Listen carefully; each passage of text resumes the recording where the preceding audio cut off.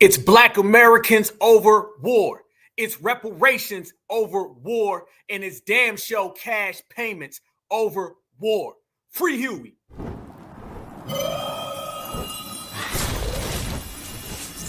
Black Alpha Network. Home of Black excellence. Power to the people.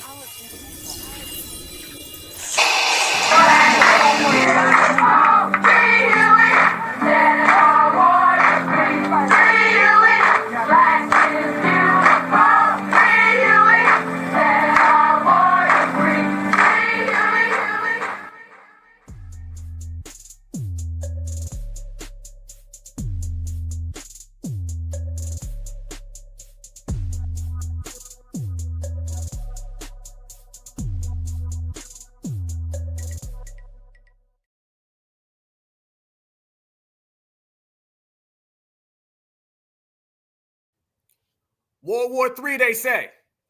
They say Russia, they say China, they say Israel, they say Iran, and they say the United States of America. You know what the hell we say? We say foundational Black Americans in the place to be. What's up, family? Certified salute. Oh, this going to be a classic, y'all. This going to be a hell of a classic. I need everybody to smash that like button because we're going to chop it up today. And we're going to talk about what's really going on because we got the real truth over here. You want to get real geopolitical? Right here. You want to get real certified? Right here. You want to know every single thing that's going on in the ins and outs, and no matter what the hell happens, it's Black Americans first and always, like we always say, then you tune into the right goddamn place. Black Alpha Network. Y'all smash that like button. Family, the world is watching. The world is watching, family, and everybody's on edge right now. The United States of America just went ahead and bombed nuclear facilities in Iran. You look all throughout social media, look all throughout the internet, nothing but people in disarray. People are shocked. People are scared. People are even trying to get us to pick a side. Family, let me tell you right now, for everybody listening, let's make this clear. The side that we pick is the side that we've always been on. That's foundational Black Americans. Okay. My interest lies with the country that my ancestors built. There's no way around that. There's no ins and outs. That is it, point blank, period, bottom line. And since that's the case, fam, America owes me a check. America owes you a check. And I'm talking about a real big check, cash payments. So anybody thinking that World War III, 4, 5, 6, 7 gonna get in the way of my reparations check, hell to the no. You got another thing coming. It is reparations over war because it's Black Americans first. And I believe my brothers and sisters agree with me. I believe that my brothers and sisters right now agree 100%. Because, fam, it's been less than 48 hours. Hell, it's been less than 24 hours. And you already see people coming out from all sides. Everybody's got conversations and they're all trying to pull us in different directions. You've already got the Pan-Africans coming out telling us, y'all need to get y'all passport. I told y'all to leave. Damn them. You also got the people coming out saying America's bad. We can't do things to people and not expect results in return. Damn them. It's all about us, fam. They're not going to pull us in no direction because the only direction we heading to is the bank. And we going 100 miles an hour. And I got my certified brothers and sisters with me. And I see y'all right here and we live. So somebody's got to stand on business. Somebody's got to make it clear. Somebody got to let the world know that this is us and we are about our own. And Black Alpha, I'm the man for the job. Duty calls and we always on duty. That's why we certified salute, fam. This is going to be an extra special episode. I need everybody to share. This is very, very epic. We're going to get it down real classical. We're going to go all throughout the Middle East. We're going to go all the way out through Asia. We're going to talk about Russia, Vladimir Putin's response. We're going to even take it back to Syria, the Alawites, Al-Assad. This is going to be one of the most classic episodes. And right here on the New Black Media, see, we don't just talk about all the ins and outs and the tethers all day. We don't just sit here and delineate all goddamn day. Let me tell you what we do. This is the #1 channel for geopolitical interests of the Black grassroots, okay? And we've always been that way because if you examine everything that we're saying right now, go back and look at every single thing leading up to the election, fam. This is going to be a surgical, critical breakdown. And I need my brothers and sisters to ride. If I got any brothers and sisters in the chat that served in the military, certified salute to you. But we're going to go to work, fam. Let's go ahead and break down what ended up happening. And let's tell everybody our perspective, fam. Nobody's going to talk for us better than we can. Nobody's going to speak for us better than we can. And nobody's going to give the real angle and the real interest and agenda of certified Black society like us right here on the Black Alpha Network. So by the end of this video, you're going to know where the ops are. You're going to know where the haters are. You're going to know where the war is at. And you also going to know that foundational Black Americans don't give a fuck about nothing but ourselves. And with that said, family, let's proceed. This is what ended up occurring. This is what started everything. And we're going to break it all the way down to Black Alpha style. Let's go. 6:40 p.m. Eastern Standard Time, 2:10 a.m. Iran time. The lead B-2 dropped 2 GBU-57 massive ordnance penetrator weapons on the first of several aim points at Fordow. As the president stated last night, the remaining bombers then hit their targets as well, with a total of 14 MOPs dropped against 2 nuclear target areas. The United States just attacked 3 of Iran's key nuclear facilities, and here's exactly what went down. At around 10:30 a.m. Eastern Time on June 21st, at least 3 B-2 bombers departed from the Whiteman Air Force Base in Missouri. These B-2 bombers were carrying a total of 6 bunker buster bombs, which only the United States has. Once these B-2 bombers made it across the Atlantic, they were refueled by fueling planes in Europe and other areas of the Middle East. Once these B-2 bombers started getting closer to Iranian airspace, other military fighter jets escorted these B-2 bombers into Iran. This was in case Iran noticed the B-2 bombers and sent military jets of their own to shoot down the B-2s. 3 nuclear bases were hit, but the B-2s were only targeting Iran's largest base, known as Fordow. Fordow is built under a mountain and stretches 80 meters underground. The B-2 bombers dropped the 6 bunker busters, which are capable of detonating roughly 70 meters underground. This completely wiped out the entire facility. As for the 2 other bases attacked, Isfahan and Natanz, the United States had a different strategy for these. The US fired 30 Tomahawk cruise missiles from submarines that were 400 miles from Iran's coast in the Arabian Sea and Gulf of Oman. The Tomahawk cruise missiles are different in that they can't penetrate as deep underground, but they likely destroyed these 2 nuclear facilities as we will give the same response to United States as we have gave to Israel. We will respond strongly, and we will stop aggression from any side, be it Israel or United States. And we have given message to United States that we will respond very firmly and we will stop the aggression by anybody, including United States. There you go. By anybody, including the United States, fam. Okay. A lot of people are saying that it's wartime. A lot of people are saying that it's already a declaration of war. And we're going to break it down from every angle. Again, fam, this is the #1 place for foundational Black America certified Black society political agenda. Let me tell y'all right now, if there was a war, say there was a World War III, family, whose side are you on? Because last time I checked, it's foundational Black American. It's not foundational Black Iranian. It's not foundational Black Israeli. It's foundational Black Americans. So when you see somebody come out and say things like, we will respond to America and you will get hit with massive force, I'm looking at that like, well, hold on now. I'm from the United States of America. See, one thing that always happens during war is they always try to make foundational Black Americans side with the foreigners. Okay? I want y'all to think about that, fam. Shout out to Cool Keezy. I see you, fam. I want everybody to understand that during every single war, they want us to side with the foreigners. Hell, when there ain't no war, they always want us to be on the side of the foreigners. What the hell do you think was going on with the ICE situation?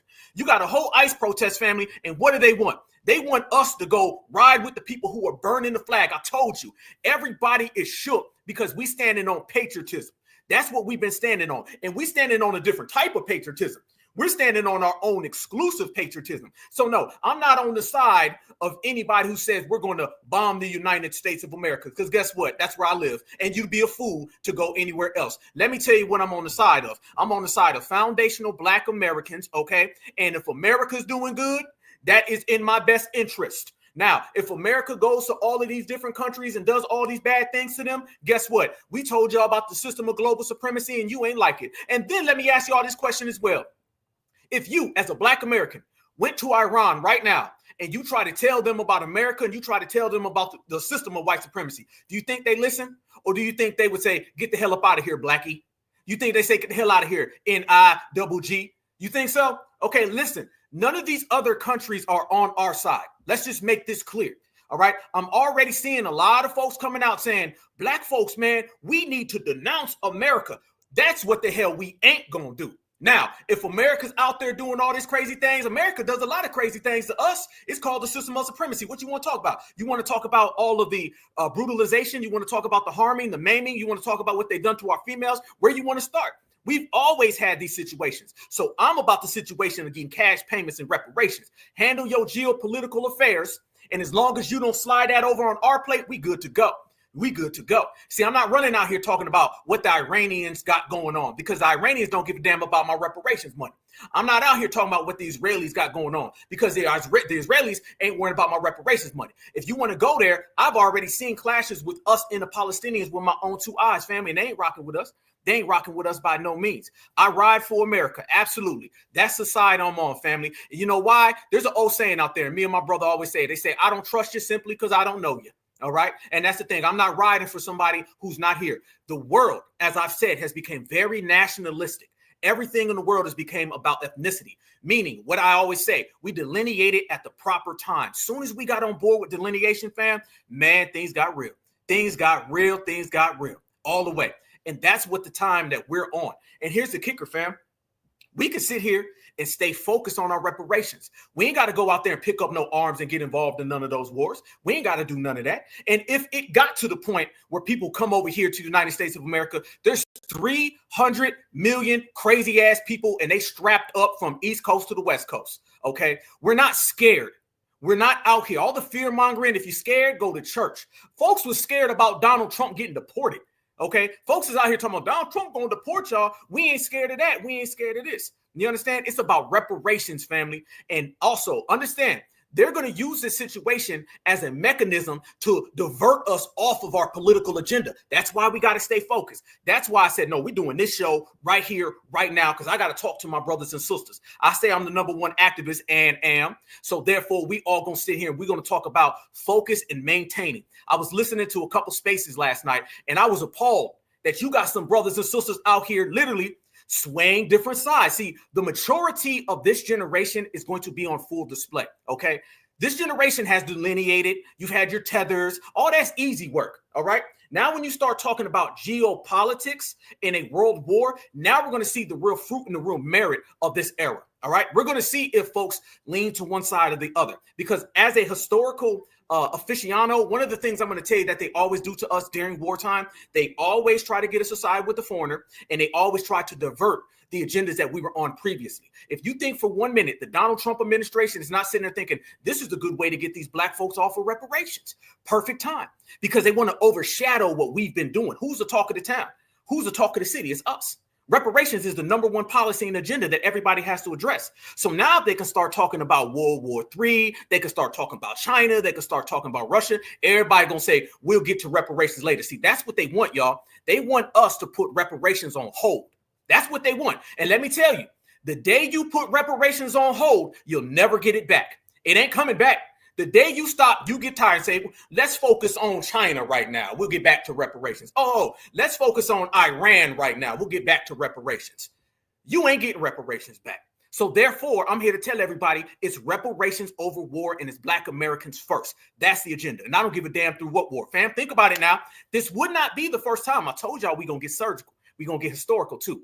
There's already been a World War I and a World War II. And guess what? Black Americans still stood on Black American business. How do you know? Because that was a lot of our ancestors who were out there. Yeah, a lot of our ancestors were still standing on Black American business, because what I found out, being a geopolitical person, I found out that wars come and go, dictators come and go, conflicts come and go, domestically and abroad, globally. But what never leaves, family? What war never goes away? Which one do you always got to deal with no matter who pops up today, no matter what conflict on the other side of the earth? What never goes away? And that is the anti-Black American war. In your lifetime, family, think about it. How many dictators have y'all seen? You remember Saddam Hussein? Yeah, came and went, right? What's still here? Anti-Black American racism. You remember Osama bin Laden? Came and went, right? What's still here? Anti-Black American racism. You pick and choose. However you are, however old you are, wherever you at, you know what it is, fam. Racism towards us never stops. So we should never stop with our political agenda. And the reason why people made mistakes in the past is because they would put our agenda on hold to go handle problems that were going to be here when your ass got back. What started the civil rights era, family? What started the civil rights era? Brothers and sisters coming home from World War II after they liberated some people who are in a battle right now. They liberated some of these people, got back home, and you couldn't even get served in a restaurant. That started the civil rights era. All right. And what that ended up doing is showing everybody the problems of the whole planet Earth are not our problems. We are right here and we're focused on the United States of America cutting us our goddamn check, and they will respect. So you got a lot of people out there and they talking that talk, and you got a lot of different things moving around. It's going to be a lot of confusion for all of my brothers and sisters out there who understand the way the military works, the army works, everything, fam. I want you to understand the fog of war is one of the main things. War is confusion. War is confusion, and we will not be confused in this era, family. It's just not going to happen. They will not confuse us. Y'all look at this right here. A lot of people are coming out, and they're making these statements, and they're saying how Black folks, we need to be prepared, and we need to do this. And I want y'all to tell me this. Weren't we already prepared? Fam, there's a saying that we say in our community, and y'all know how it goes. It simply goes, I stay ready, so I ain't got to get ready, okay? So whether that's World War III or 4 or 5, foundational Black Americans, you need to be strapped up regardless. You need to be on point regardless. You need to be on code regardless. Ain't nothing changed but the numbers on the range. And you see more and more people are coming out, and this is what's going on in the streets. Now you're hearing about sleeper cells being activated, and we are going to go down and highlight a lot of sleeper cells that we've already been talking about right here on the Black Alpha Network, the voice of empowerment, the #1 Black grassroots geopolitical channel. And I want y'all to see how people are talking. Now, Iran is not finna let this shit slide, bro. Iran is not finna let this shit slide. See, sleeper cell activation is on the way. So if you carry, please carry in all public places, gas station, movies, the mall. If you were going to McDonald's, IHOP, steakhouses, like gas stations, like, man, listen. Carry everywhere. Be prepared. Look over your shoulder. I'm not trying to fear money. No, we already are though, pal. Now, what you think we've been doing? Fam, don't let nobody try to make you think like, oh my God, something new is happening. You've been living in an anti-Black American race war your whole life. It ain't never changed, fam. Again, wars pop up, conflicts pop up, dictators pop up, and they asses go, and you still got to deal with race soldiers every day. You can get hit by a race soldier walking to the corner store. You can get hit by a race soldier going to the movies. What you thought? Just because they bombed Iran today, that now we got a new set of rules to play by? No, FBA been on game. You trying to teach the damn teacher. You can't teach the teacher. You sit down and you listen to the teacher talk. We the professors, they the students. Fam, we been on game. We stay ready, so we ain't got to get ready, and we ready for whatever on this side. I'm not telling nobody to go be scared. That's not what I'm doing. All I'm saying is that we are living right now in unprecedented times, and them folk already said, Iran already said they not finna let this shit slide, period. They don't want to hear. Fam, does he sound scared? Does he sound, he a little too worried for me. He a little too worried for me. Oh, Iran, they not going to let us slide now. Iran said, ooh, let me tell you about what Iran said now. Oh, I talked to Iran. Iran got big balls. Iran going to come and get you now. Fam, I'm not with none of that. I'm not with none of that, family. We deal with exploitation and threats every single day as Black Americans. Where you been at, partner? Where you been at, fam? Again, the only people out here who are not shook are foundational Black Americans. Unprecedented times. The only unprecedented times would be if there was no anti-Black American racism. That's the only unprecedented times, because the more I look, fam, we've been dealing with every single thing every single day of our lives. And guess who else has? Your mama. Guess who else? Your grandmama, your granddad, your grandpa, your daddy, your cousins, your aunts, your uncles. If you are a foundational Black American, you have lived with this type of threat your whole life, whether that be a race soldier or whether that be World War III, 4, or 5. Because guess what? The same race soldiers in World War III, 4, and 5, them is the same ones pulling your ass over when you drive into the corner store. Do not get FBA started, because we in here. Like, it is what it is. I'm not trying to fearmonger. I'm just telling everybody, bro, be ready. No, you ain't got to tell us to do something we already on. Fam, there's another thing we always say, fam, and is what's understood don't need to be explained, okay? What's understood don't need to be explained. The only thing we need to do, family, is be our FBA exceptional self, stay certified, and identify everything the way that it flows. Understand the way things operate, the way they function. We have to understand the way that this system has got to the place and where it is. Talking about being scared, talking about fear, talking about unprecedented time, talking about stay ready, y'all. Damn all that, fam. FBA, stay on point. We stay on point. We've been on point. So that's all good. We got that on lock already. We are exceptional. We understand what's moving, what's functioning, and how it operates. So with all of that settled, fam, the next step for us to do is that now we got to see the next steps. We got to understand the way this is going. You got to be able to foresee. And able to foresee, you got to understand how things got here. What you're talking about right now is a conflict in the Middle East that has been going on for eons.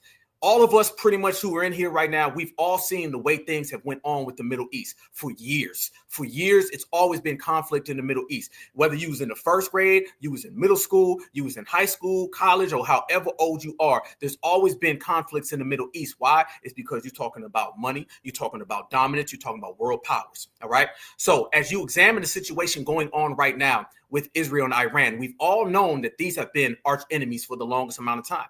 But like I told everybody before, America has always had conflicts come and go. There was a time where we were close friends and close allies with Iran.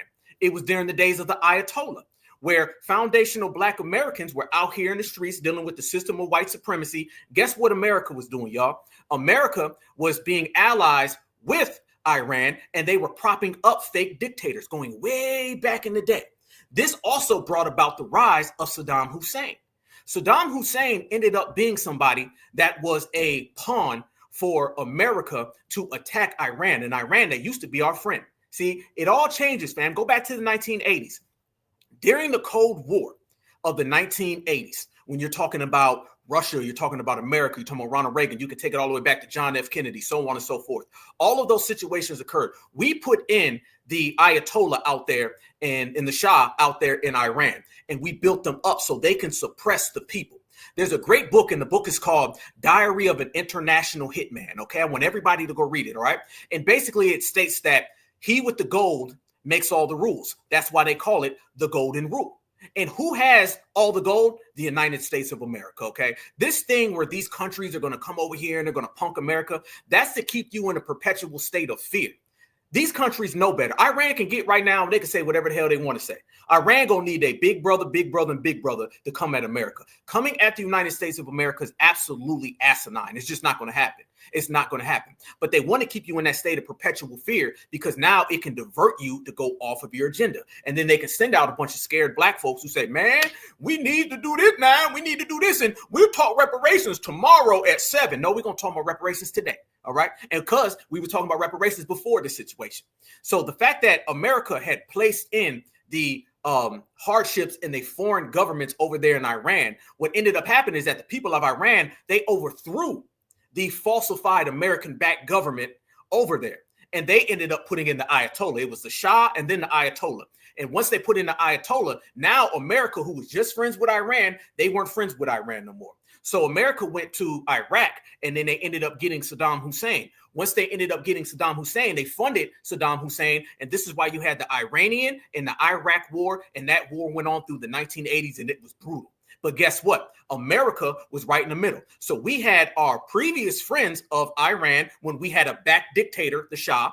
The people of Iran overthrew him and placed in the Ayatollah. The people loved the Ayatollah. We said, okay, you ain't our friend no more. You betrayed us. We're going to go get Saddam Hussein in Iraq. And we gave Saddam Hussein some things. Y'all remember what George W. Bush and Donald Rumsfeld and Dick Cheney and Colin Powell said that they were going to Iraq for in 2003? Well, let's just say word on the curb is that America was helping facilitate a lot of that back in the 1980s, and Saddam Hussein ended up using that against people in Iran. Back to the original point. Conflicts pop up, feuds pop up, and foundational Black Americans are still right here in the center. So this is what brought about Saddam Hussein. Saddam used to be America's buddy. You got pictures of Saddam Hussein sitting there shaking hands with George H. Bush way back in the 1980s. He was on the payroll. He was on the payroll way back then, fam. Do not listen to all of these people talking about dictators and how they come and go. Listen, fam, these people will be your friend today. They'll be your enemy tomorrow. And are you going to put your reparations on hold so they could be friends with Iran now and then hate Iran later? So they could be friends with Saddam now and then send your family over to Iraq and they can have your family perish while they become friends again tomorrow? Who's the government right now in Iraq? Who's the government? Do you even know who the government is in Iraq right now? The government in Iraq, the same Iraq that a lot of our family members went over there in 2003 chasing a ghost that nobody ever found. No one ever found. You talk about sinners. They was chasing ghosts every goddamn where. Didn't find nothing. But guess what, fam? While that was going on, let's just say Sean Bell ended up happening, as well as a lot of other anti-black sentiments. So when we say it's Black American first, fam, we got receipts for days. We got receipts for days. I can sit here and I can tell you so we can highlight everything that's occurred. But the main point of it is, fam, is to highlight the very fact that they're going to have their global interests and we're going to have our domestic interests. And our domestic interest is reparations, fam. Reparations. Because I just told you, fam, 1 minute we was cool with Iraq, 1 minute we wasn't. 1 minute we was cool with Iran, next minute we wasn't. But guess what? While folks was putting their agenda on hold, America was flip-flopping left and right. So that's where you get the problems from that are festering right now in the Middle East. There's a high likely chance, fam, in 20, 30 years, we might be friends with the same people we fighting with today. But let me tell you who they'll never be friends with. Us. Let me tell you who they always got smoke for. Us. Let me tell you who they always got conflict for, vitriol, spite, jealousy, and envy for. Us. So that's why us, FBA, is focused on money for us, and it's called cash payments. Speaking of that, fam, let me tell everybody how this goes around and goes around and goes around. This is another situation that occurred, going back to how it all popped off. Right here, fam, this was the breaking news on how America ended up striking these nuclear facilities in Iran. America getting dragged into wars. And it's funny, fam, like Tupac said, they got money for war, but can't feed the poor. And I'm going to say another thing, fam. They got money for all of these conflicts, but they ain't got money for reparations. This is another avenue where we can politically position ourselves in a very thorough, sophisticated fashion, in which we will. This is a Fox News alert. News from the President of the United States that there has been an attack inside Iran. Just moments ago, President Donald Trump putting out on Truth Social, we have completed our very successful attack on 3 nuclear sites in Iran, including Fordo, Natanz, and Esfahan. All planes are now outside of Iran airspace. Again, this from President Donald Trump. A full payload of bombs was dropped on the primary site, Fordo. All planes are safely on their way home. Congratulations to our great American warriors. There is not another military in the world that could have done this. Now is the time for peace. Thank you for your attention to this matter. Again, that's just seconds ago from President Donald Trump on Truth Social, suggesting that those B-2 bombers that perhaps were on the way may have been behind this. We'll get more details on these 3 sites that the president said has been attacked inside Iran. The news came in very fast, y'all. Very, very fast. And what ended up occurring was that they ended up sending in all of these bombers to take out the nuclear sites. And what I want to do now, family, I want to highlight that for everybody. This is what you're looking at right here. I want everybody to look at this. Oh, I told y'all we going there today. Can't nobody bring it like Black Alpha, fam. They ain't got no issues with us. Check this out. This is what ended up happening. First off, we ended up flying out some bombers from the state of Missouri that flew over there, and they took out a few of the first ones. The first one right there you see called Fordo. All right. That's one of the ones they take out right there. But we also have ships that are positioned right there in what they call the Persian Gulf. OK, we got a lot of the Arabic Sea right there. We got a lot of people right there focused in because we have ships and we have American facilities all throughout the United States of America. So they ended up right then and there taking these things out. Bam, bam, bam, one by one by one. Here you go right here, fam. The Fordo. President Trump said a full payload of bombs was dropped on this primary site. Boom. And there are a lot of people saying Iran had already took out a lot of their uranium before this happened. Check out the next one. Iran's largest uranium enrichment facility took that one out. Check out the third one. Employs thousands of nuclear scientists and has 3 Chinese research reactors in laboratories. That shows you again that more and more situations were going on while everybody was sleeping. There was no leaks, there was no nothing, and nobody really came out to see where it was. Check this out right here. Donald Trump ended up coming out saying, he said, we have completed our very successful attack on 3 nuclear sites in Iran. All right, it's Fordo, Nazi, and Efhania, whatever the hell. All planes are now outside of Iran airspace. A full payload of bombs was dropped on the primary site, Fordo. All planes are safely on their way home. Congratulations to our great American warriors. There is not another military in the world that could have done this. Now it's time for peace. Thank you for your attention to this matter. And that's got a lot of people out there now looking at this situation and saying, well, hold on now. If you think that that's just going to go away and it won't be some type of retaliation, perhaps you got another thing coming. So the world right now is waiting to see what's going to be the response from Russia. What's going to be the response from China? What's going to be the response from Iran? And this is why everybody's throwing around the terms World War III, because this has the potential to clearly spark a serious conflict right here in the Middle East that involves all power. See, the difference between us going into some of these small little countries and just taking out little dictators that 9 times out of 10 we put in play, when you start talking about this, now you're talking about a military. You're talking about people who actually have a full force behind them. And there's a lot of different players. Who are the main players here? Let's break it down. The main players that we have right here involved in this situation, one clearly is obviously Iran. Who is Iran in bed with? Who are their allies? Who are their partners? You have basically on one side, you have Iran. On top of that, you have Russia. On top of that, you have China. And then on the other side, you have America, you have Israel, you have basically all of Europe. Now, they all got little homies. If I could talk to my brothers and sisters who understand the street vernacular, they all got little homies. One of the little homies that Iran had was Syria with al-Assad, who is an Alawite, which is an offset of Shiite Sunnis, Sunnis and Shiite Muslims.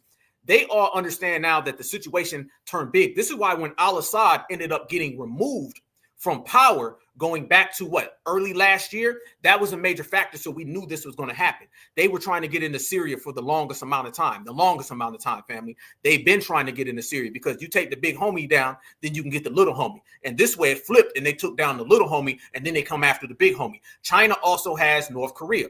And then Russia's always the wild card. Russia's always been the wild card going back to the USSR, going back way long time ago. That's always been the wild card in between. How is Russia going to sway? How are they going to move? Russia pretty much takes the side of everyone else. But in order to understand this, let me allow Donald Trump to say what he said so you can get more clarity on what was really happening and what he was speaking about in his press conference when he addressed the nation yesterday. I want you guys to hear and listen for the translation of what we're really seeing opposed to what the media is really seeing. And that's the difference. Watch this. Carried out massive precision strikes on the 3 key nuclear facilities in the Iranian regime, Fordo, Natanz, and Esfahan. Everybody heard those names for years as they built this horribly destructive enterprise. Our objective was the destruction of Iran's nuclear enrichment capacity and a stop to the nuclear threat posed by the world's #1 state sponsor of terror. Tonight, I can report to the world that the strikes were a spectacular military success.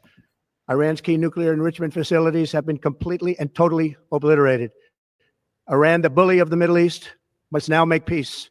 If they do not, future attacks will be far greater and a lot easier. For 40 years, Iran has been saying death to America, death to Israel. They have been killing our people, blowing off their arms, blowing off their legs with roadside bombs. That was their specialty. We lost over 1,000 people, and hundreds of thousands throughout the Middle East and around the world have died as a direct result of their hate. In particular, so many were killed by their general, Qasem Soleimani. I decided a long time ago that I would not let this happen. It will not continue. I want to thank and congratulate Prime Minister Bibi Netanyahu. We worked as a team like perhaps no team has ever worked before. And we've gone a long way to erasing this horrible threat to Israel. I want to thank the Israeli military for the wonderful job they've done. And most importantly, I want to congratulate the great American patriots who flew those magnificent machines tonight and all of the United States military on an operation the likes of which the world has not seen in many, many decades. Hopefully, we will no longer need their services in this capacity. I hope that's so. I also want to congratulate the chairman of the Joint Chiefs of Staff, General Dan Raisin-Kane, spectacular general, and all of the brilliant military minds involved in this attack. With all of that being said, this cannot continue. There will be either peace or there will be tragedy for Iran far greater than we have witnessed over the last 8 days. Freeze. That right there, family. That right there is the escalation that everybody's talking about. That right there. let's keep it all the way real, okay? We're going to keep it all the way real right here on the Black Alpha Network, family. Right now, you got America that wants Iran gone because Israel wants Iran gone. And in order to truly understand the dynamics of the situation, you have to understand the dynamics of the Middle East. You got to understand the history of the Middle East. You got to understand the geopolitics and how everybody has their position. When you look at Israel's position and all the conflicts that Israel is involved in the Middle East, and then you see Iran on the other side, I know for a fact that Iran, they are Persians. Iran, they are typically a Shiite. Okay, they're a Shiite section of Islam. And the majority is Sunnis. So when you think about places like Yemen, you think about places like Oman, you think about places like Saudi Arabia, those are Sunnis. America has always had an allyship with Sunni Muslims. They never really had too much with Shiites. So anywhere where you see the Shiites involved, which is Iran, which is Syria, which is Lebanon, those are typically going to be more on the side of Iran, Russia, and China. Anywhere where you see Sunnis, you're going to see the Saudi Arabians, you're going to see Yemen, you're going to see America, you're going to see Europe. They're all going to be on their own side. So you have to understand the dynamics. It's a very complex thing with moving parts, right? So this is why Syria ended up getting taken down. America wanted to go into Syria for years. They wanted to go into Syria for years. And that was the first domino to fall to this. This is why a lot of people feel that this is going to be a situation that's going to escalate further and further and further. Why? It's because the more that America gets more of a footing there and the more Israel gets more of a footing there, you're cutting off Russia and you're cutting off China. All right. China and Russia have a serious allyship with Iran, and they get a lot of the oil from Iran. That's their business partners. So by you taking down Iran, that's basically telling Russia and China, y'all cut off. And we all know that'd be a war. That'd turn into a serious war that people ain't ready for. That's the way that things go down. But in order to understand all of that, you also have to understand the typical domestic issues that occur when you're dealing with the Middle East and how everybody's playing along with it. In essence, America, Russia, China, they should all be on one side, and then the Middle East should be on another side because they're all Islamic. But just like a lot of people, when you deal with the system of supremacy, they start turning on each other. A lot of those people in Islam have turned on each other. Let's be real. The Shiites and the Sunnis go back and forth, and they pick sides from other world powers. That's why in America, we have our side and everyone else has their side. And when you start talking about nukes, let me make this clear. Iran is trying to get nukes. You know why Iran wants nukes? Because they look around and they say India has nukes. They say Israel has nukes. They say Pakistan has nukes. So they're looking like, hold on, how come they all get it, but I can't have none? How come I can't have none? No, North Korea, absolutely. North Korea has a defense pact with China. That's China's little homie. So when you start talking about North Korea, you add them to the fold. So you got North Korea and China, and then you have Russia. Then you have Iran, and you used to have Syria before they took that down. It's a whole bunch of people who are siding on this side and a bunch of people who are siding on this side. If people are viewing this as a situation to potentially be a global conflict, you basically see people lining up, and you see the line in the sand being drawn out. You're starting to see Israel and America and Europe on one side, and then you're starting to see Iran, you're starting to see North Korea, China, and Russia all on their side. And by America going over there and potentially and perhaps bringing down Iran, because a lot of people feel this is about regime change. There's going to be a simple answer here, family. Either you're going to try to get Iran to come to the table and not have nuclear weapons, or eventually they're going to try to put boots on the ground and invade Iran. And that would be catastrophic, because that would start a global conflict. World war, those terms, those are to be foreseen. But global conflict, hell yeah. Hell yeah. And a lot of people feel that's the end game. And a lot of people feel the words and the underlining things that Donald Trump was saying right there were indicators that perhaps America's looking for that. Because Iran's not going to go to the table and say, how come I can't arm myself, but all of the people in the region can?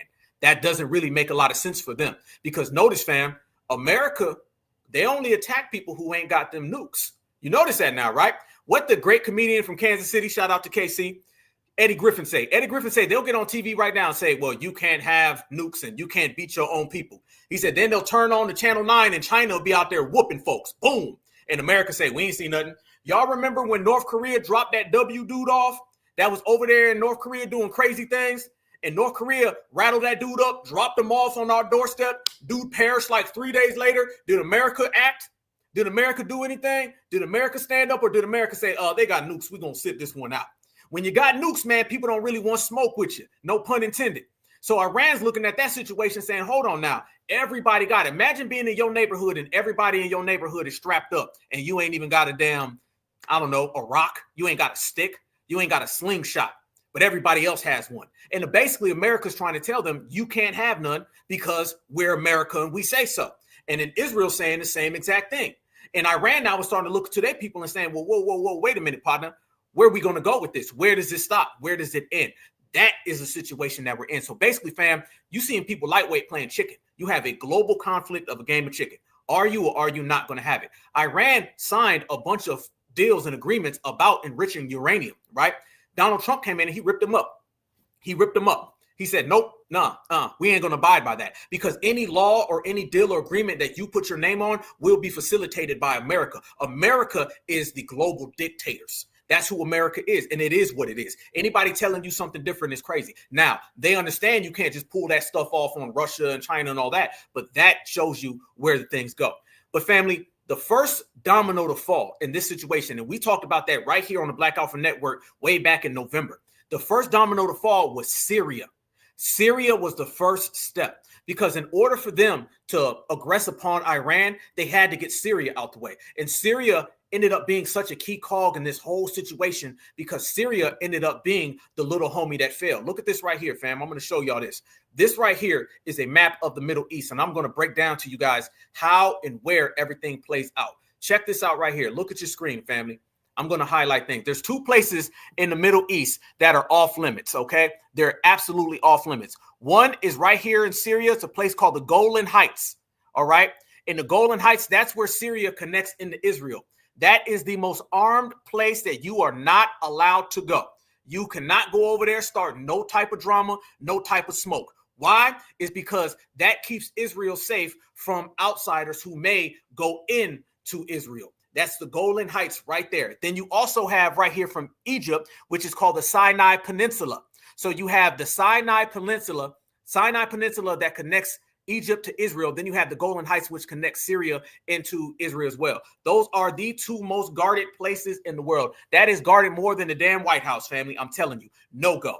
Problem is that you had Bashir al-Assad, who was the president of Syria, and he is an Alawite Shiite who is friends with Iran. And remember, you have to see things through the spectrum of Shiite and Sunni. An Alawite is an offset of a Shiite. So Iran, big Iran right here, they were plugged into Syria based on their allegiance and their affiliations and their beliefs in being Shiites. When you look at Saudi Arabia, Sunnis. Iraq was a middle ground player. This is why you had Saddam Hussein, and he was more of a dictator, just kind of did what he wanted to do. He did what he wanted to do, how he wanted to do it. However, I believe he was a Sunni as well. When we invaded Iraq and made Iraq fall, Iran ended up basically taking over Iraq. So Iran ended up getting strengthened. So now you can basically combine Iran and Iraq. Now, mind you, that's the same Iran and Iraq that I was alluding to earlier that had a massive war in the 1980s in which America facilitated both sides. They ended up getting strengthened by the disastrous decisions from the George Bush administration. All that did right there, family, was strengthen Syria. So as it went from Iran, skip Iraq to Syria, basically then, fam, after post the Gulf War the second time, it went Syria, Iraq, and Iran. Now that's a big power right there. And it all led right there to the Golan Heights right there when it comes to Syria and Israel. So the first step that they said we need and we have to get Bashir al-Assad the hell up out of Syria.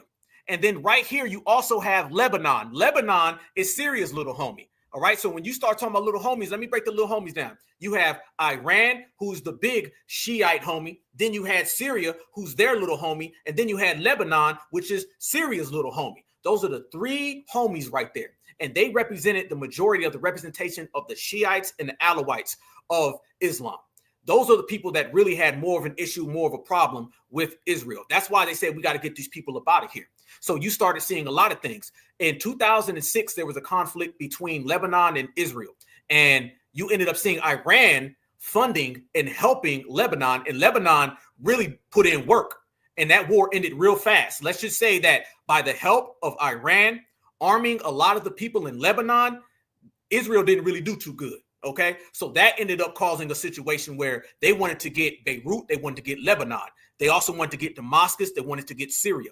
How many of you guys remember John McCain? Y'all remember John McCain? John McCain was one of those people they call chicken hawks. All right. He was one of those people that was always riding around trying to start wars. The man was trying to fight wars every day. Go back to 2011. Back in 2011, they were trying to get Barack Obama like hell to invade Syria. They wanted to have Iraq Part 3 in Syria. This is how desperate they wanted Bashir al-Assad. They wanted al-Assad gone. And I believe that Israel and America, because whether people want to say it or not, they're like this. Israel and America said, we need al-Assad gone by any means. So you start to see people like John McCain who were flying over there, and he was getting plugged in with people that were terrorists. Yes, family, you started to see a sitting senator in the United States of America fly over to Syria and start talking about the opposition. Anytime they start talking about opposition in all of these countries, opposition are typically terrorists, y'all. All right. They're terrorists. When you start seeing all these little opposition leaders and these new dictators, notice that all of these new dictators, they always have a past of terrorism in the Middle East. And it's always somebody over here in America and intelligence that ends up uplifting and elevating these people. When you start to hear the term ISIS popping up left and right, that was a lot of people that were affiliated with Al-Qaeda. That John McCain was going over there and he was propping Al-Qaeda up to go into Syria. They will use terrorists that don't like America so they can send them into countries that they can uplift the interest of America. Going back to my original story about the Shah in Iran and how they went over and they elevated Saddam Hussein, who was an enemy later, but a friend in the beginning. They will pick and choose who they befriend as long as that new person serves the interest of America. That's why everybody over there in the Middle East who ends up being a problem for us, they were always suspiciously a friend at one goddamn time. Ain't that crazy? So you seen John McCain went on this whole thing in 2011, and he was saying, Barack Obama, you need to invade Syria every day. Y'all remember the propaganda? Once the news sets in, CNN, ABC, NBC, it was 24/7 news coverage of Bashir al-Assad. And they were doing the same thing they did to who? Gaddafi. Remember, they ended up getting Gaddafi, and they were trying to get Bashir al-Assad at the same time. You had Saddam go down, then they went to go get Gaddafi, and then they went to go get Bashir. Bashir al-Assad ended up surviving. Why? It's because he had Russia and he had China. He was selling gas and oil to China, and he was selling gas and oil to Russia. Basically, they were a gas station. So protecting their interests, Vladimir Putin said, no. Y'all not going to get them up out of here. I'm going to tell you why you're not going to get them out of here, because that is my plug, fam. Essentially, America be out here trying to mess up the plug for China and Russia. And when you're talking about minerals and you're talking about gas, and you're talking about oil, the plug is very, very serious, and they will go to war over plugs. Let me show y'all down memory lane when John McCain was out here trying to get up with these terrorists. And then I'm going to show you, fam, how the new people over there in Syria, and this all unfolded just in the last 6 months, the new people over there in Syria who are the new dictators in Syria, all of them have previous terroristic organization backgrounds. Going back to John McCain. This was John McCain, Senator John McCain of Arizona. Senator John McCain of Arizona. And I want y'all to notice how he was out there caping like hell for terrorists. And before I do that, fair use, fair use, fair use. This is about teaching, scholarship, research, and commentary. Fair use, YouTube, fair use enacted. Y'all watch this. Let me refresh in everybody's memory. John McCain was trying to get Syria in 2011, the same Syria that they just ended up getting late 2024. Use chemical weapons, it would be a game changer, that it would cross a red line. I think it's pretty obvious. Chemical weapons, it would be a game changer, that it would cross a red line. I think it's pretty obvious that red line has been crossed. Now I hope the administration will consider what we have been recommending now for over 2 years of this bloodletting and massacre, and that is to provide a safe area for the opposition to operate, to establish a no-fly zone, and provide weapons to the people in the resistance who we trust. In a matter of a couple of days, we're using standoff weapons. We could take out their runways, take out the 40 or 50 aircraft that they're using, which is dominating the battlefields and the towns in the city. Listen to John McCain saying we can go in, we can take out their airfield, we can take out their airspace, and we can end up taking over all of Syria. He was out here advocating for war with Syria because they wanted Syria out the way to protect Israel. And that was a problem because Bashir al-Assad was not going to go because he had his big homies called China and Russia behind him. And I'm telling you, every single day you seen John McCain out there and he was fighting that fight. And they were even putting pressure on Barack Obama. And we can supply the right kind of weapons to rebels to establish a no-fly zone by moving Patriot missiles up to the border. This can be done very easily. I think it's shameful. I think it's shameful to use this as an excuse for us not acting. You're on the ground. You've seen the camps. You've heard the stories. Freeze. What John McCain said right there, family, he said it was shameful. Everyone was saying it was shameful that Barack Obama was not acting. And remember, y'all, this situation that occurred with Syria, the same way now. Notice you don't really hear the Democrats too upset with what's going on right now in Iran. You got Jasmine Crockett, you got a couple of people chirping, but do you see the Democrats as mad as us bombing the Iranian nuclear facilities as you saw with them talking about ICE? They're more mad at ICE than they are about attacking the nuclear facilities. I have not seen a hell of a lot of Democrats mad. I thought you wake up today and they'd be like, oh my God, Donald Trump has to go. Notice that they're not really that serious about it. You don't really see that energy. Why? Is because you're talking about Israel and they know better. They know better than to talk about an American ally like Israel. They wouldn't talk about France. They wouldn't talk about Germany. They wouldn't talk about none of those people. They know better. So if you know, fam, all last week, they was out there telling ICE agents that they need to expose themselves, telling illegals where they need to go to. They was talking about dismantling ICE. Now they're kind of soft-shoeing. They're kind of soft-shoeing right now about the Iranian situation. Because when you start dealing with Middle Eastern conflicts and war, all of those people get on the same page. They all get on the same page real quick. So when you seen John McCain out there, listen what he was saying. He said, arm the rebels, who always are terrorists. He started saying, arm up all the strangers. He said, invade Syria and all types of things. And he said it was shameful that Barack Obama didn't do nothing. And then on top of that, do you know, family, you had a hell of a lot of Democrats who felt the same way. You had a hell of a lot of Democrats who felt the same exact way. They didn't say nothing either. So you seen a bipartisan thing with the Democrats and the Republicans, and they were all trying to tell Barack Obama, you need to invade Syria. Watch this right here. Obama ends up talking, and Obama starts saying he wanted to arm the opposition. Thank you. Mr. President, the Assad regime is engaged in a brutal crackdown on its people. France has recognized the opposition coalition. What would it take for the United States to do the same? And is there any point at which the United States would consider arming the rebels? You know, I was one of the first leaders, I think, around the world to say Assad had to go in response to the incredible brutality that his government displayed in the face of what were initially peaceful protests. Obviously, the situation in Syria has deteriorated since then. We have been extensively engaged with the international community as well as regional powers to help the opposition. We have committed to hundreds of millions of dollars of humanitarian aid to help folks both inside of Syria and outside of Syria. We are constantly consulting with the opposition on how they can get organized so that they're not splintered. I'm encouraged to see that the Syrian opposition created an umbrella group that may have more cohesion than they've had in the past. We're going to be talking to them. My envoys are going to be traveling to various meetings that are going to be taking place with the international community and the opposition. We consider them a legitimate representative of the aspirations of the Syrian people. Freeze. Obama said he considers the opposition serious people. Family, that was the opposition right there. The people that they were arming up so they can invade Syria. That's them right there, family. And then look, right there. This is now the new president and dictator of Syria. This man right here also happens to be on what, family? He was on a damn terrorist list. Reward for justice. Yeah. So you have a sitting senator in John McCain who wanted to arm these people in Syria. And these were the same people that, guess what, family? Let me go ahead and blow your mind if you ain't already noticed, fam. These were the same people that our soldiers fought in Iraq after Saddam Hussein fell.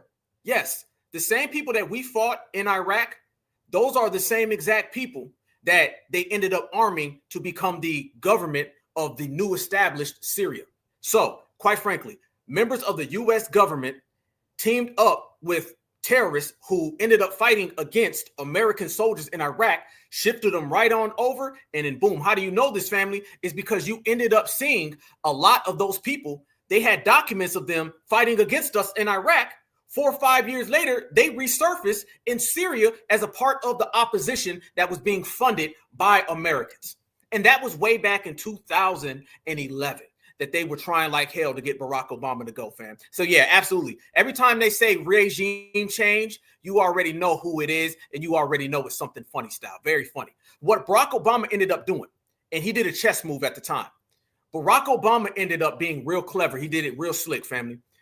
Obama did not say, I'm going to go in. Remember, now they're trying to say, oh, it was unconstitutional for Donald Trump to strike Iran. And that's another conversation, another debate. But they were trying to get Barack Obama to do it without constitutional authority. So they ended up trying to have Barack Obama say it.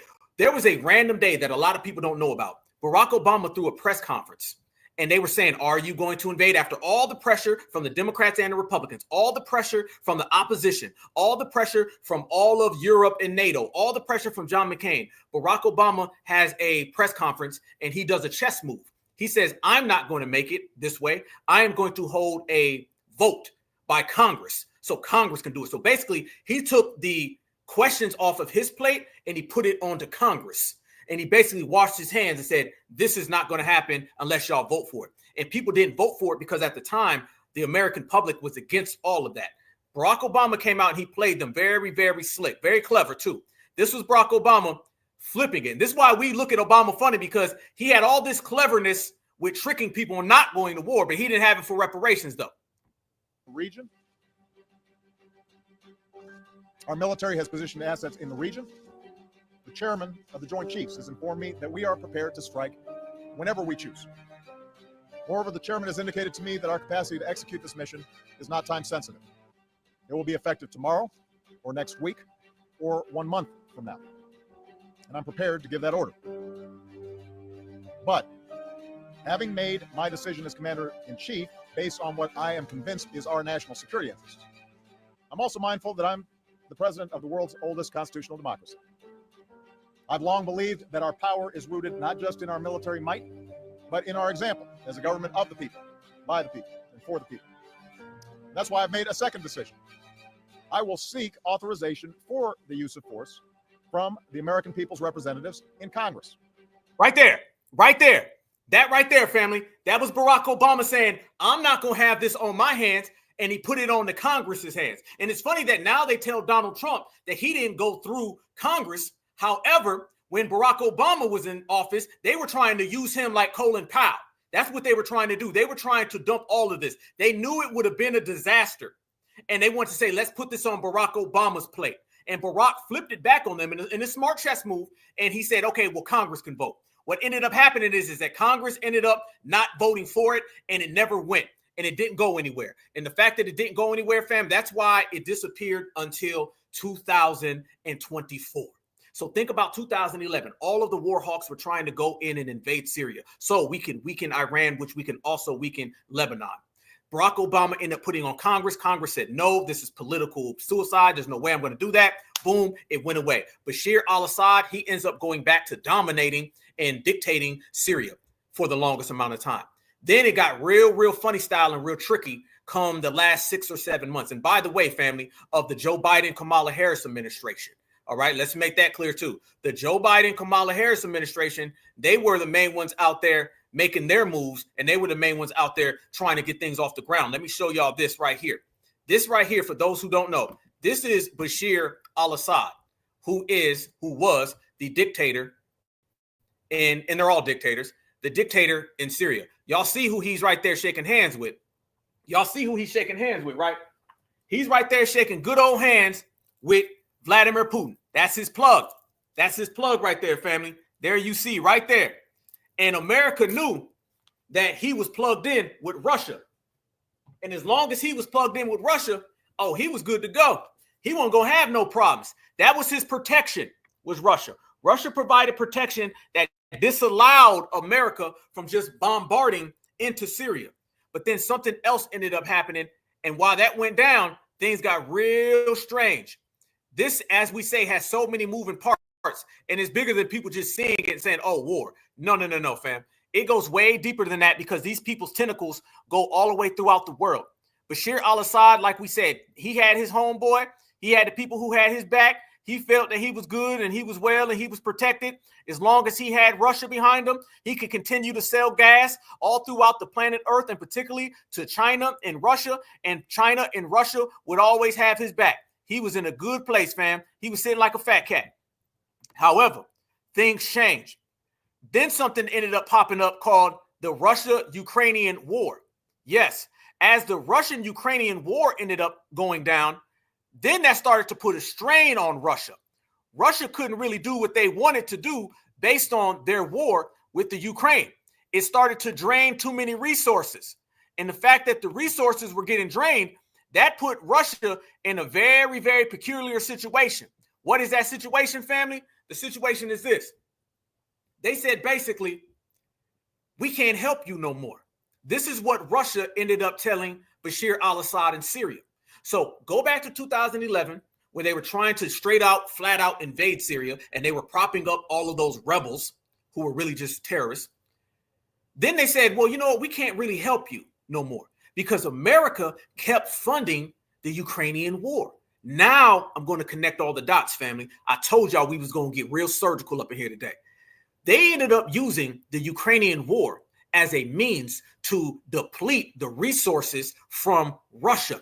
The same way, if you go back to the 1980s, Russia was involved in a war in Afghanistan, and America was helping fund Afghanistan in a war that went on for 10, 12 years.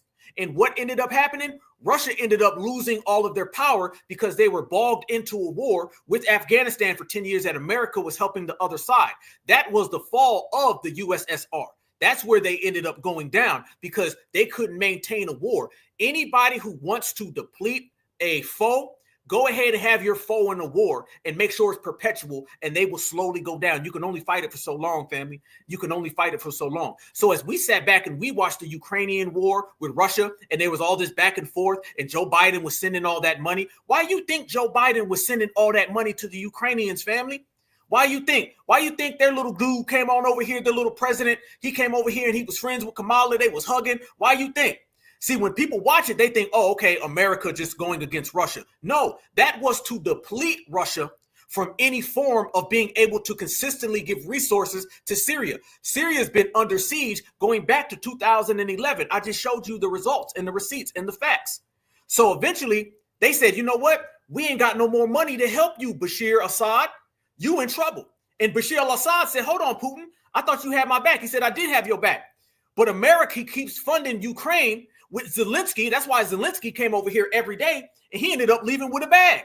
All of that money that you seen, that's our reparations money that kept going to the Ukraine, it wasn't just to help the damn Ukrainians.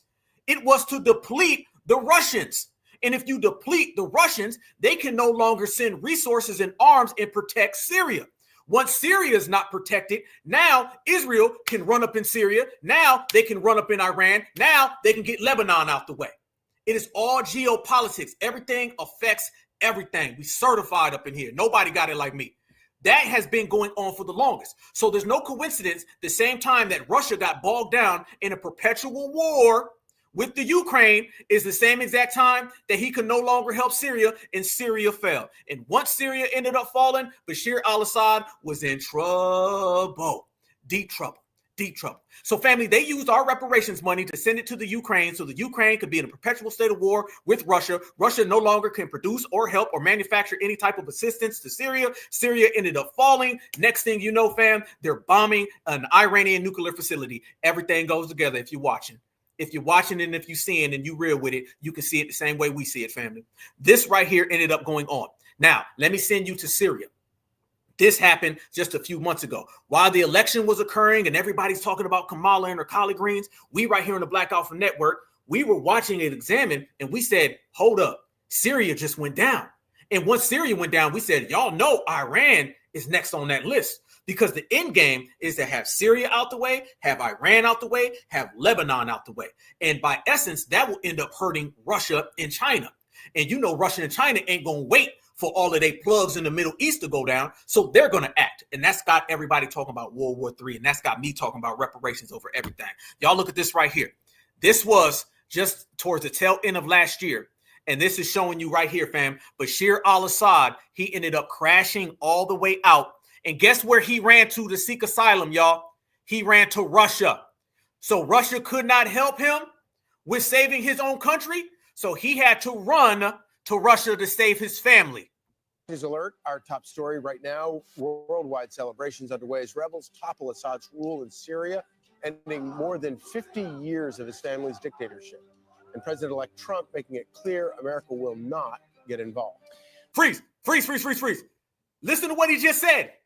Rebels topple Syria.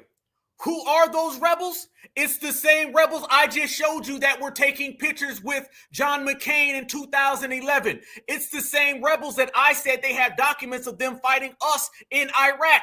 These are the rebels that they propped up for years that were fighting us, and now they're using them as assets to bring down Bashir al-Assad. They will rob Peter to pay Paul if it means global influence.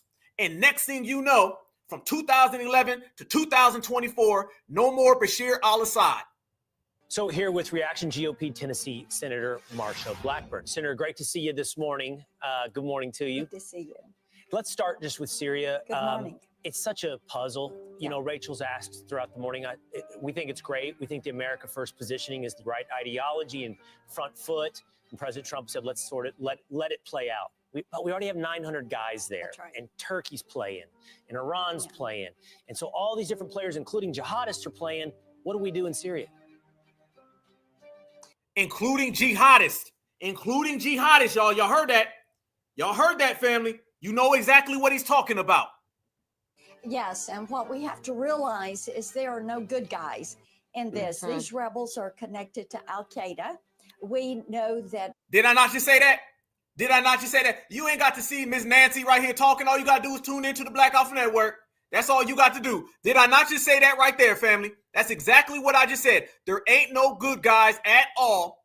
And you seen she said that these people are jihadists. This is what everybody knows.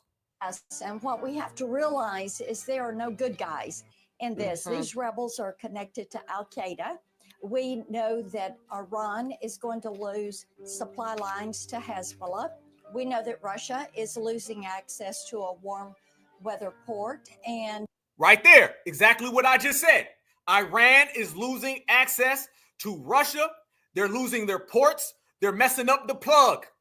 That is why Syria went down. All you got to do is just listen. They're going to tell you what it is behind all the semantics. That's what she just openly said. These people are not genuine rebel oppositions. These are propped up criminals, propped up jihadists, and they were used to be put in position so they can bring down Syria, therefore eventually getting to Iran.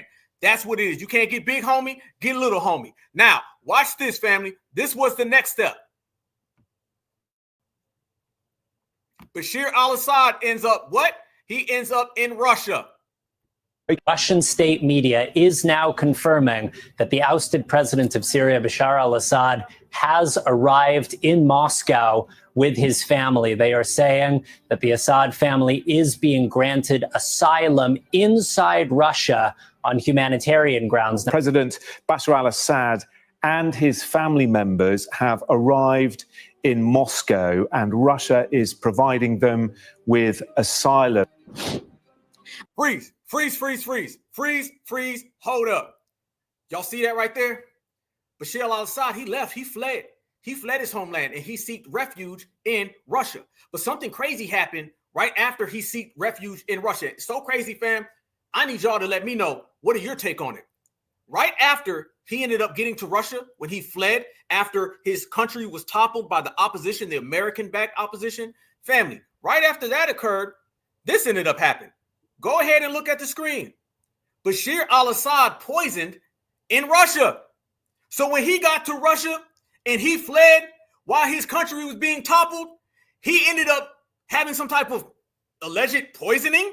Y'all watch. Was Bashar al-Assad poisoned in an assassination plot in Moscow? Reports say the deposed Syrian leader fell seriously ill on Sunday. The test confirmed the presence of poison in his system. Assad's condition is now said to be stable. The Syrian ruler fled to Russia last month after rebels toppled his regime. We don't have official confirmation from the Russians yet, but this is how things apparently... That's right, Assad was reportedly poisoned in Russia. It is said to have happened last Sunday. We don't have official confirmation from the Russians yet, but this is how things apparently unfolded. First, Assad began feeling a bit unwell, so he decided to seek medical help. As soon as he called for it, Assad began coughing and choking pretty violently, as per reports. What? You ain't really hear that too much on the news. Notice, fam, you seeing that on foreign news. Yeah, after he got toppled and he fled, you ain't hear too much about him, but then that happened. What's y'all positioning on that? I need to know what the fam. Yeah, it's a cold game. You ain't never told no lie. Yeah, boy, I'm telling you, this is like an espionage movie. This is an espionage movie all day. Could it be people from other countries who have their own sleeper cells in Russia that got to him? Could it be opposition in Russia, perhaps, that don't want him there?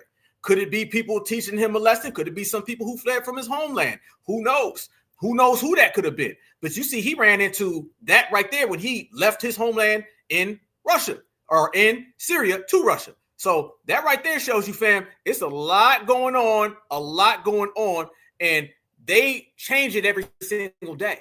Every single day, every single moment, these things go down. And as we sit here, and boy, we in here breaking it down. I'm telling y'all, they don't want no problems.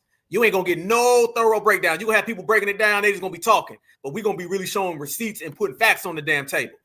This right here is a prime example of what's going on in terms of the geopolitics, and it's a lot more sinister. It's a lot more vibrant than what people talk about.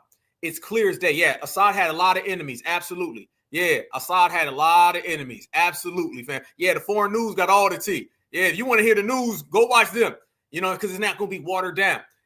So you can see right then and there, family, that you already can tell that the United States of America agenda has been clear, all right? And that is, in a lot of cases, and a lot of people believe, allegedly to annex anybody who's in the region that is propping up other people. There's only going to be one boss on the block. There can't be 15, 20, 30, 40 bosses on the block. It's only going to be one or two, okay? So now you've seen the lines drawn in the sand. I say all that to say this. As we've been bubbling now for about an hour, fam, and I wanted to strategically break it down to everybody in terms of the Shiites and the Sunnis and the Alawites. And I want to break down to you, how people team up for moments, but yet they'll turn on each other in a moment. That type of case has been going on all the way to Russia with the Ukrainian situation. Fam, we done went all the way from the Middle East all the way to Russia. We done went to China. All right. We could talk about North Korea. We could talk about defense pacts. We could talk about all of that. However, now let's bring it back right here to the United States of America. About a year ago, we had a broadcast where we were showing that a lot of these people who were coming in throughout the border, these people were popping up from places like, I don't know, Iran. These people were popping up from places like, I don't know, Turkey, from China. All of these players that are in this game, they've all came to the border of the United States of America. So you seen them put out the kite the other day saying, hey, there could be sleeper cells activated amongst the United States of America. A lot of people seen that. A lot of people was reading that. That was one of the things that made headline news. And when you have a border crisis that went on where there's millions of people that are truly just coming into the border and no one knows who the hell they are, that only makes it more of a serious situation. So you're starting to see people now pop out and say, well, hold on now. You have an immigration crisis where our borders essentially have just been wide the hell open for years. And then you have people running around that have quietly, very quietly, not said anything about these sleeper cells. That's why we call them sleeper cell. Absolutely, family. These military age men. Did you guys see a lot of the stuff that came out right here? And I'm going to show everybody without a shadow of a doubt that you don't have to look for these people because they've already found us. And you get that right here on the Black Alpha Network. Y'all check this out. All right, so it looks like we're going to war. Last night, Al-Qaeda sent out a message basically stating that he is activating all of the sleeper cells. All right. The leader of Al-Qaeda said for every abled Muslim to prepare, Now, from what the CIA has stated, how this is going to play out more than likely is you're going to have activity popping off in different cities, LA, Fort Lauderdale, Miami, Dallas, like just all across the nation. You're going to have things just popping off, and there's going to be so much commotion that they're not going to be able to keep up with everything. Last year, there was a guy that crossed the border. When they stopped him, he said, "You don't know who I am yet, but soon you will know." Now, the internet did its research. Freeze. How many of y'all remember that broadcast that we played that part? How many of y'all remember that? We were the only people that showed that clip where the guy said, "You don't know who I am, but you will know who I am soon." Yeah. Watch this, family. It gets even more deep. He was one of the main leaders from Al-Qaeda. So these are the type of people that we have here right now. Now, there's over 1,000 sleeper cells across the U.S. And we know exactly who the hell they are because we've been talking about it. So y'all remember that. I see people who remember that. Remember we was breaking that down, fam? That was a long time ago. That was like last summer. It's almost a year ago that we were breaking that down because we was covering everything. Oh, we don't just do the regulating and the G-checking. We don't sit here and just delineate 24/7, 365. We delineate, we G-check, we regulate, and we break down the geopolitical structure in a very plain level so we can comprehend it, we can compute it, and then we can maneuver around it. That's what we do right here on the Black Alpha Network. I want everybody to see this. If you haven't seen this footage, we broke this down a year ago. And it was this guy who popped up at the border. And the guy pops at the border and he starts making threats. He starts saying things like, "You don't know who I am, but you will know who I am soon." And we were sitting here watching that a year ago saying, "Oh, this is going to be a problem." I want everybody to go ahead and connect the dots. Here we were a year ago breaking this down, talking about how these individuals are popping up at our border. And now you got a situation where you got a crisis, people talking about World War III. Well, who the hell been coming in the goddamn country? We've been saying for the longest, fam, it's deeper than just Julio, way deeper than Julio. Y'all look at this right here, fam. This right here was this suspicious guy that came to our border. And y'all tell me, is this a threat? Andrew, your friend. Are you going to take where I'm from by force? No. So I will not tell you where I'm from. So these are the people that these are the people that are breaking into your country, folks. You asked me, I answered you. What he says. That's amazing. These are the people right here. That kind of attitude. Let me educate use it as a weapon. I'm not afraid. I'm so afraid. Tripod to hold I the need to camera. protect my family. So you see, there you go. Violence. So there you go, guys. These are the people that are coming in. Heard the ones laughing. It's very easy to hide my face, by the way. If you are smart enough, you will know who I am. But you are really not smart enough to know who I am. But soon you're gonna know who I am. Wow. Whoa! Wait a minute. What did you just say, homeboy? By the way, if you are smart enough, you will know who I am. But you are really not smart enough to know who I am. But soon you're gonna know who I am. Wow. Look at this right here, fam. And it goes deeper than that. Where'd you come from? Who are you? And listen to what he says. If you are smart enough, you will know who I am. But you are really not smart enough to know who I am. But soon you're gonna know who I am. Very easy. The entitlement. No, believe me, I'm much better than that. The entitlement guy. See, this is why we standing with Texas, because, like, what the fuck he mean by that? Because, like, that shit really do hit different when you find that this guy really actually is a terrorist who just got out of jail. Like, this is what we got at our border right now, bro. This is a real fucking issue, bro. Man, so Texas, keep standing out on business, man, because we need to get these motherfuckers out. We don't want to know this motherfucking name. I don't know if you saw the clip of this guy right here sneaking through the border. Well, he did. He snuck through the border and he had a little message for everybody in the USA. He said, "You will find out why I'm here." Do y'all know who this is that they just let across this border? First, I'm going to get into the video of what he said when they let his ass across the border. By the way, Listen. if you are smart enough, you will know who I am. But you are really not smart enough to know who I am. But soon you're gonna know who I am. Oh, yeah? Very easy. Very easy. The entitlement. No, believe me, I'm much better than that. The entitlement guys. Notice, fam, he talking reckless too. He talking real reckless, ain't he? Listen what he says. He says, "You will know who I am, but you ain't smart enough to know, but soon you will." That's a threat by all means, right? And then he also starts saying things like, and by the way, what you mean we gonna know who you are? So you clearly are somebody else. And I want y'all to notice that the person filming it, I guess he thought this was just a regular Julio. Okay, so he's like, oh, look at the entitlement. We've been saying before, it's way deeper than that with people coming across these borders. It's way deeper than that with people infiltrating the United States of America. Hell to the no, family. You can see right then and there what these people are trying to say, what they're really trying to do, and it doesn't compute with what we're on. That clearly is somebody who is working for the other side, ain't working for our side, and we know it straight up and down, clear as day. But watch this right here, fam. They ended up coming out and trying to run some type of interference, and they say that that guy is not really a terrorist. Y'all make it up. Start chaos. Guys. To that answer, soon you will know who I am. So I'm so happy that a video surfaced because there's an argument that we've made at the United States Supreme Court because we have one or two cases in the Supreme Court as we speak right now against the Biden administration about illegal immigration. And as the court weighs and considers our defense against the Biden lawsuit, they have to consider whether or not there is an invasion going on. I have asserted in court that there is an invasion going on in the United States of America, and that videotape typifies why there is such an invasion.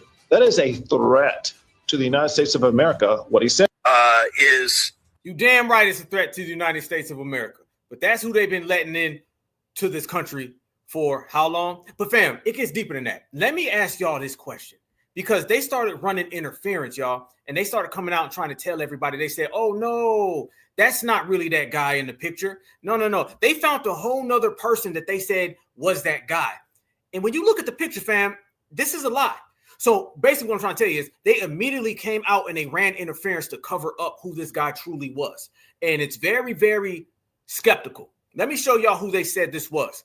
And they're trying to tell people immediately when people start saying, who's this guy? They come out and they said, this guy was really this guy right here. Now, y'all tell me, is that the same guy or somebody lying to us? Y'all let me know. Y'all let me know right now. Is that the same guy right there? Because it's clearly not to me. It's clearly not the same individual at all. And they came out, they said, well, you know, that's really the same individual. If you look at him, you can tell that he's the real guy that they said it was. No, it's not. No, it's not. No, it's not. What they were really doing, family, they were running interference because they know something that we seen and they're trying to hide it. You know what I'm saying? And they put out all these articles and we're saying, oh, by the way, the guy in the picture, he's not the real guy. The guy in the photo, he's not the one everybody thinks he is. Really? Really? That ain't the same person? Hell no, it ain't the same person. You trying to tell me it is the same person? Hell no, it ain't the same person. Family, these people are coming up with any type of lie that they can come up with because apparently they know damn well that man right there is not the same man right there. Look at this, fam. The dude he got a mole right here. He's missing it. Like, no, fam, this is not the same person. This is not the same person. You're going to have to come up with something better than that because, no, we're not going for none of that right there. That's a complete lie. That's a complete fabrication. All right, let me show y'all another picture. Fam, they trying to say this is dude right here. Let me show y'all this. They said this is dude right here. Look at that. They said that's him right there, fam. They said that's him. They said that's him right there, y'all. They said, man, well, that's the dude right there. That's him, man. Y'all can't tell? That's exactly. That's a whole W. The hell they trying to come up with? Who they trying to fool with that one, y'all? We ain't falling for that. We ain't falling for that at all. But that's who they've been saying is the guy in the photo. And we've been saying, no, the hell it's not. So people are talking about a lot of these sleeper cells that have been out there. And that's really the main frame because they understand that having people, again, all up in arms and everybody's tripping out and everybody's wilding out, that is a means for these people to keep us at bay. And as I said before, that's a means for them to try to get foundational Black Americans to put our agendas to the side. That is not what we're doing. We're not here to put none of our agendas to the side. We're here to stay on our agendas. All right. Look at this right here, family. This was the border that we was talking about. And this is how people started showing up. You mean to tell me, fam, these people going to war and you got individuals like this popping up at the border? You pick a country. Pakistan. India. Turkey. Turkey? Yeah. Turkey. Okay. India. Where you guys from? Turkey. Turkey. Where you guys from? China. Ecuador? Where you guys from? India. India. India. Sagar Baba. India. India. All India? India. India. Iran. Iran. Y'all from Iran. Why'd you come? No freedom. No freedom? Yes, in Iran. Iran is a dangerous country. No freedom for speak, for writing, for singing, for thinking. There go your Iranians right there at the border. There go your Iranians right there at the border, family. And speaking about the border, you know it wouldn't be the border, family, unless we start talking about Mr. Tom Homan. He came out and he started speaking about these sleeper cells as well.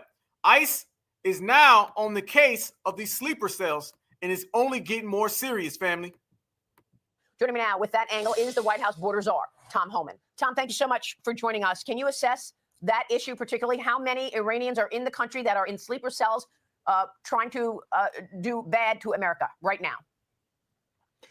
Well, look, you and I talked about this many times. I said the last 4 years, my biggest concern was this open border was the biggest national security vulnerability this country's ever seen. So I pulled numbers this morning just from a CBP under Joe Biden. There was 1,272 nationals of Iran released in the country between OFO and the Border Patrol. And you compare that to the Trump administration, zero.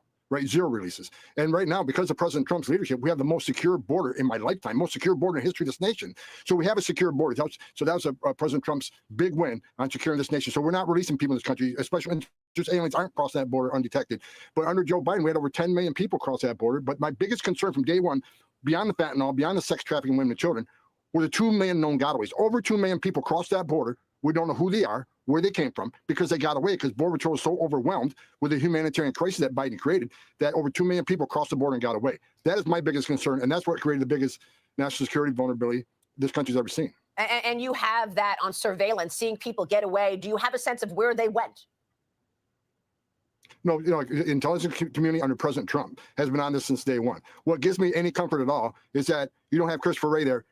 You got Cash Patel there. You don't have Alejandro Mayorkas there anymore. You got Kristi Noem, and you certainly don't have Kamala Harris as a border czar. So President Trump brought a great team, been on this since day one. Do we know where every one of the 2 million are? No. We don't know who they all are. We don't know why they're here, where they came from. But we do know Border Patrol intelligence for the last 4 years, they found prayer mats south of the border. They found identification from people from Iran, Turkey, Uzbekistan, Syria, south of the border. So we know that some terrorists have crossed that border. We'd be a fool to think zero cross. The thing is, so we got President Trump as a commander-in-chief who's put all resources on that. That's why President Trump from day one, ICE operations, despite what the left media says, he has been focused on national security threats and public safety threats. And between ICE and the Bureau, we've removed thousands of national security threats because of President Trump's leadership on this. Yes, that's right. Tom, thank you very much. Tom. There they go. So, fam, let me add to it. Let me add to our surgical clinical breakdown. Okay, now what you're dealing with, fam, is you're going to start to see an amplification of the ICE assaults and the ICE raids. All the people out there who don't like ICE, it's going to only get more and more serious.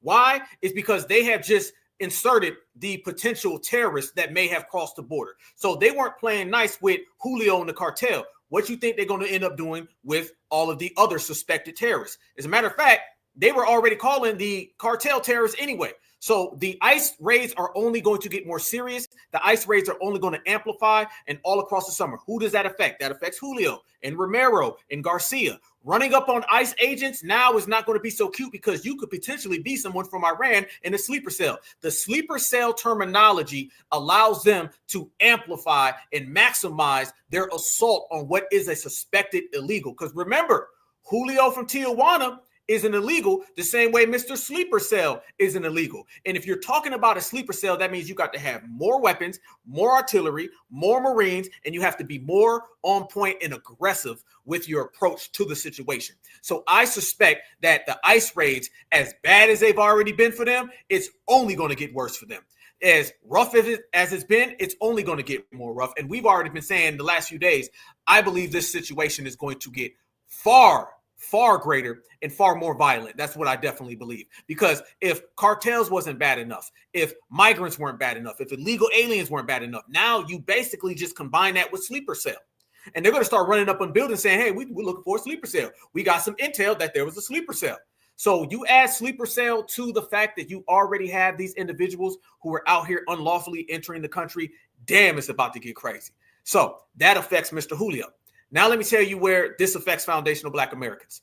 It affects foundational Black Americans on the one case is that foundational Black Americans are not out here to fall for any of the semantics. All right. The semantics we will not fall for. We will stay focused on what we have to stay focused on. We will stay determined on where we need to be determined. We are not out here putting on the cape for nobody, because I was listening, like I said, to a few spaces the other night. And one of the things that was appalling is that you had a lot of black folks that were out there picking and choosing sides. This is the thing with a lot of black folks. They always feel they got to pick a side with somebody. Somebody team you got to play on. You ain't got to be on nobody's team but your own. All right. If you want to be on a goddamn team, go ahead. Let me show you this. Look at dude's sign right there. You see his sign? All right. Reparations over war. That's what it is. We ain't out here putting on the capes for nobody. We ain't trying to find the best friend in the whole scenario. We got each other. And as long as we got each other, we got everything. That's where the hell we are with this situation. Don't come to me talking about no biblical stuff and America's going to crash and burn. I heard somebody saying that the other night. Miss me with all of that. I don't want to hear that. Okay. You take that to church tomorrow. Go ahead and have that. I'm not on that type of time. All right. I'm about getting my reparations money. That's what it's all about. And nobody's going to tell me anything other than reparations and cash payments. They want us, family, to do two things. And this is what I wanted to highlight to the family. They want us to have fake friends, pick a side, and they also want us, foundational Black Americans, they want us to put all of our agenda on hold. And I also want you to remember this too. Notice how quick we'll become Americans after these situations occur. War makes everybody want to call us Americans real fast. You remember, I think it was those 3 or 4, I think it was Air Force brothers and sisters who passed away, very mysteriously, by the way, at the tail end of last year at a military base. They said it was some accident. Very strange. But I noticed that they kept calling them American. All that stuff about African-American and go back, they don't call you African when they want you to go to war. You just an American. Like they always say, whenever you end up going to the Olympics, they don't call you no damn African-American. It's just an American. So you're going to start seeing people more trying to say, well, those Americans, that's what we've been on. And it's on us to keep everything good. See, we have to position ourselves and we have to pimp ourselves in position and then perform like players. Okay. That's what we have to do with this analogy and with this ongoing case and ongoing study. We have to make sure that what we've been standing on now, we stand on later. And it's going to test the maturity of a lot of people in this movement. And speaking of a lot of people out there, fam, how do you know what I'm saying is true? I want y'all to see this. And we about to go ahead and do some roasting because I want to address this real goddamn good right here. This is what I'm talking about. They're going to use war to try to divert our attention off an agenda they don't want to acknowledge. And then you're going to have all these suckers who are going to pop out and they're going to be trying to denounce our citizenship. Basically, every single thing that people have thrown at us over the course of 5-6 years, all the ops see this war as an opportunity to try to get us off balance. How do you know? Look at this right here, family. Look at this. Let me tell you guys about Dr. Kubar Vasquez. This is what he ended up putting out last night. He said World War III. And I'm going to read this to y'all, and I need y'all to tell me how you feel. I cannot say for sure, but the Israel-Iran conflict may just be the event that the global elite needs to trigger World War III in order to create the chaos necessary to implement the New World Order. If America is drawn into the war and China follows suit, this can lead to attacks on American soil and the distribution of life as we know it. The American African people must start having be prepared for disaster meetings. Make sure your sons have their passport so they can leave the country if Congress implements the draft. One more time. Make sure your sons have their passport so they can leave the country if Congress implements the draft. There hasn't been one since 1973. Start stocking your emergency food, water, and supplies. You see what the hell I'm talking about, family? Do you see a scam African pops up right on time to try to convince us to leave? It doesn't matter if it's a hurricane. They're going to use the hurricane to try to get us to leave America. It could be a damn tornado. It could be an ice storm. It could be a war. Every single opportunity they have, they're going to use that as a means to try to get foundational Black Americans to leave the United States of America. Let me ask you the goddamn question. Where the hell we going to go? Where are we going to go, family? Where are we going to go? To Africa? Fam, you want to go to Africa during a world war? Africa ain't got it together and there ain't no goddamn world war. And by the way, if there ever was a world war, notice that nobody's talking about Africa. You know why? It's because every single person you see right now who's involved in the world war, Those are the 3 damn colonizers of Africa. You want to talk about America? Yep. You want to talk about Russia? Yep. You want to talk about China? Yep. Those people are having a world war, a potential global conflict over Iran, but all 3 of them are out there colonizing Africa as we speak. Where the hell you want to go? Africa's the last place you ever want to be if there's any type of global conflict, because they don't have their stuff together today. What we going to do? We going to leave New Jersey and we going to say, man, it's going to be safer in Zimbabwe. We going to leave Ohio and Michigan and Missouri and say, man, I think I'm going to go to Senegal. Is that the refuge we're going to have? We're going to seek some type of refuge in Africa. It's going to be better. Fam, I'm telling you right now, I'd rather be on Mars than be in Africa if there was a world war. Straight up. And no, we're not leaving the United States of America. We don't flee. That part right there. We don't flee. If you go back to 1973, when they had the previous draft, yes, a lot of atrocities ended up occurring, but you have to give credit where credit is due that Black Americans did not run. Black Americans did not run during the Vietnam War. Hell no. It was a bunch of them W's that was going up to goddamn Canada, burning their damn draft cards. All right? Black Americans have never ran. So don't come out here trying to tell us, man, you need to get your passport now. And where the hell are we going to go? This is why we say this man is an absolute waste of space and an absolute irrelevant person in the Black empowerment world. It is very dangerous to try to feed our people that type of rhetoric. That's setting us up for the failure. I just seen a story about a woman who went over there to Ghana and they unalived her. Okay. And that ain't during the World War. So don't come to me talking about, oh, we need to go to Africa now. Because I know that's really what you're trying to say. Just say it. Just come out and say it. Say what you really want to say. Say Black folks go back to Africa. And I can't get you to go back to Africa any other time. So let me use this as a situation where perhaps I can get Black folks to go to Africa. The American African. You understand, family? No. We're going to stand on business. We're going to stay certified. And we're going to represent exactly what we've been representing. That's what we're going to do. We're going to represent what we've been representing. We don't flee, no matter how much you try to get us to flee. And that's what I mean.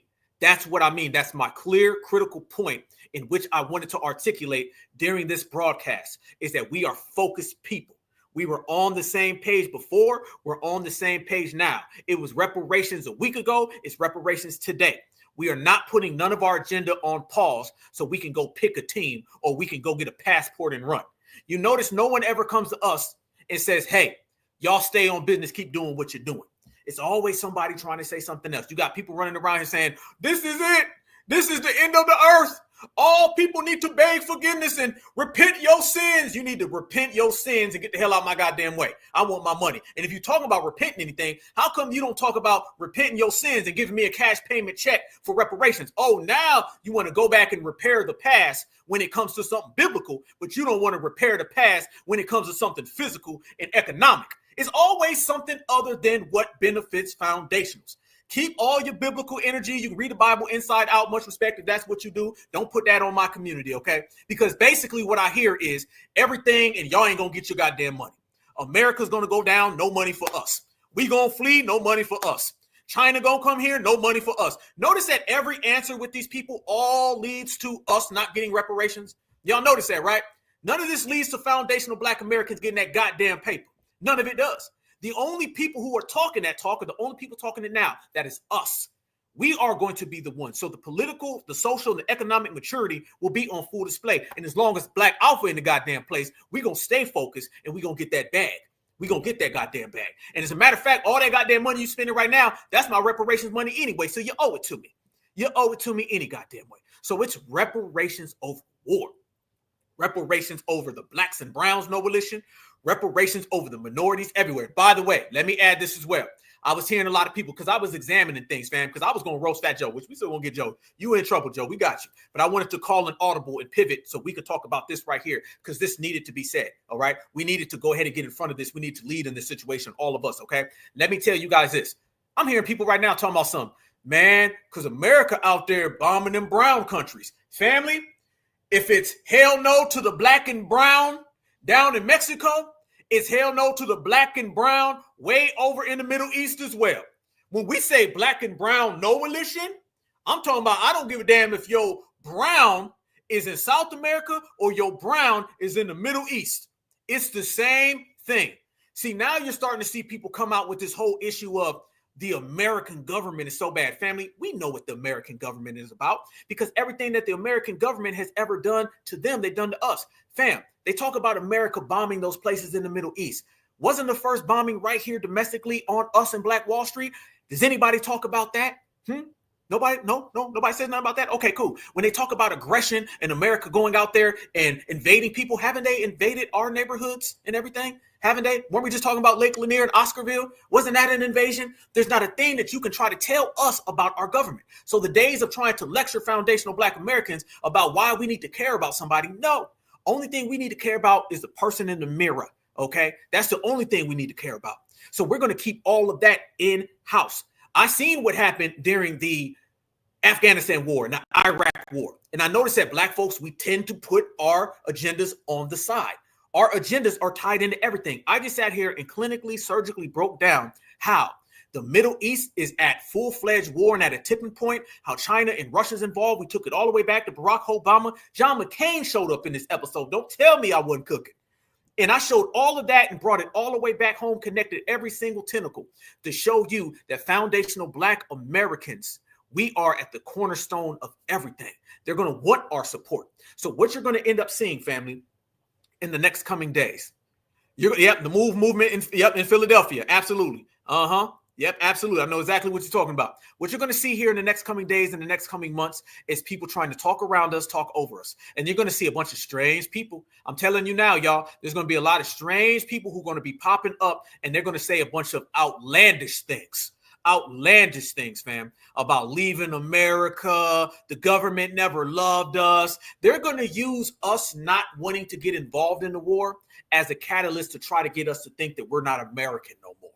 That's what you're going to end up seeing. The whole they're not really American. That's going to start to pop up. I promise you, you guys. That is going to pop up. The whole, man, them ain't really Americans anyway. Why live here in this country? It ain't never done nothing for us. That's what you're going to end up seeing, okay? And matter of fact, I've already seen a couple tethers coming out. I got some real suspected tethers that I've seen, and they're out there saying the same thing about leaving America. They fled. They were hiding. They were scared. Matter of fact, let me show you guys this tether right here. Y'all look at this tether. I don't know where this tether's from, but I'm getting super tether energy. This is what foundational Black Americans don't do, all right? This is what we don't do right here. We're going to stay on it. We're going to stay focused. We're going to stay thorough. And I guarantee you, fam, as soon as all this is over with, FBA going to get that goddamn paper. Y'all look at this tether right here. Look at this person. I'm sorry, America. England, you're next. Watch this. America will get bombed after I leave. And England, you're next. But I said America will get bombed after I leave. I made a video. I've been saying it for years, but I made a video and I know I posted it on social media. It should still be on my Instagram if you can't find it on my TikTok. At least a year ago, I made a video saying, hey, I'm so anointed and so chosen by God that God will not allow me to be destroyed. And wherever I stand is holy ground. Whatever country I'm in will be protected from war, from harm, from destruction. But once I leave, if I leave on a bad note, that country will be destroyed. Okay? Now, I may not have gone in depth with it, just like I said now in the previous video that I made. But in the previous video, I basically said I'm anointed and, you know, once I leave, America's done for. So I'm apologizing to the American people in advance. My bad, y'all. But I never want to go back to America. And didn't we say that? Didn't we say that about tethers? Oh, no. God damn it. I need to see y'all face. Hold up. Wait a goddamn minute. Oh, no. Ain't we said that about tethers? We've been warning everybody about tethers. We've been telling folks, you don't invest in no tether. A tether doesn't invest in themselves. They don't invest in their homeland. They don't invest in anything. Why would you invest in somebody who's not even solid where they are? You know what I mean? These people out here dipping, they running, they hiding. That right there is a tether who came here to mooch off America. What happens when things get real? See, people going to have to understand, man, our DNA is different. All right? We're structured. We're built different. We don't run. We don't hide. We stand on business and we multiply.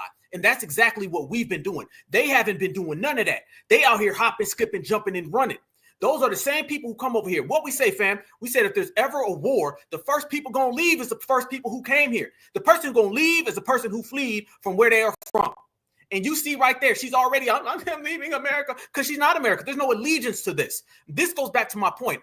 We are in full allegiance to ourselves, and we are Americans. So therefore, our allegiance is to our version of America and our experience here, not a Tether's, because you can't have a Black American experience as a Tether. You can have a Tether experience as a Tether, but never a Black American one. She fled to the United States of America, and she thinks it's funny because she just hops from place to place. They have no backbone.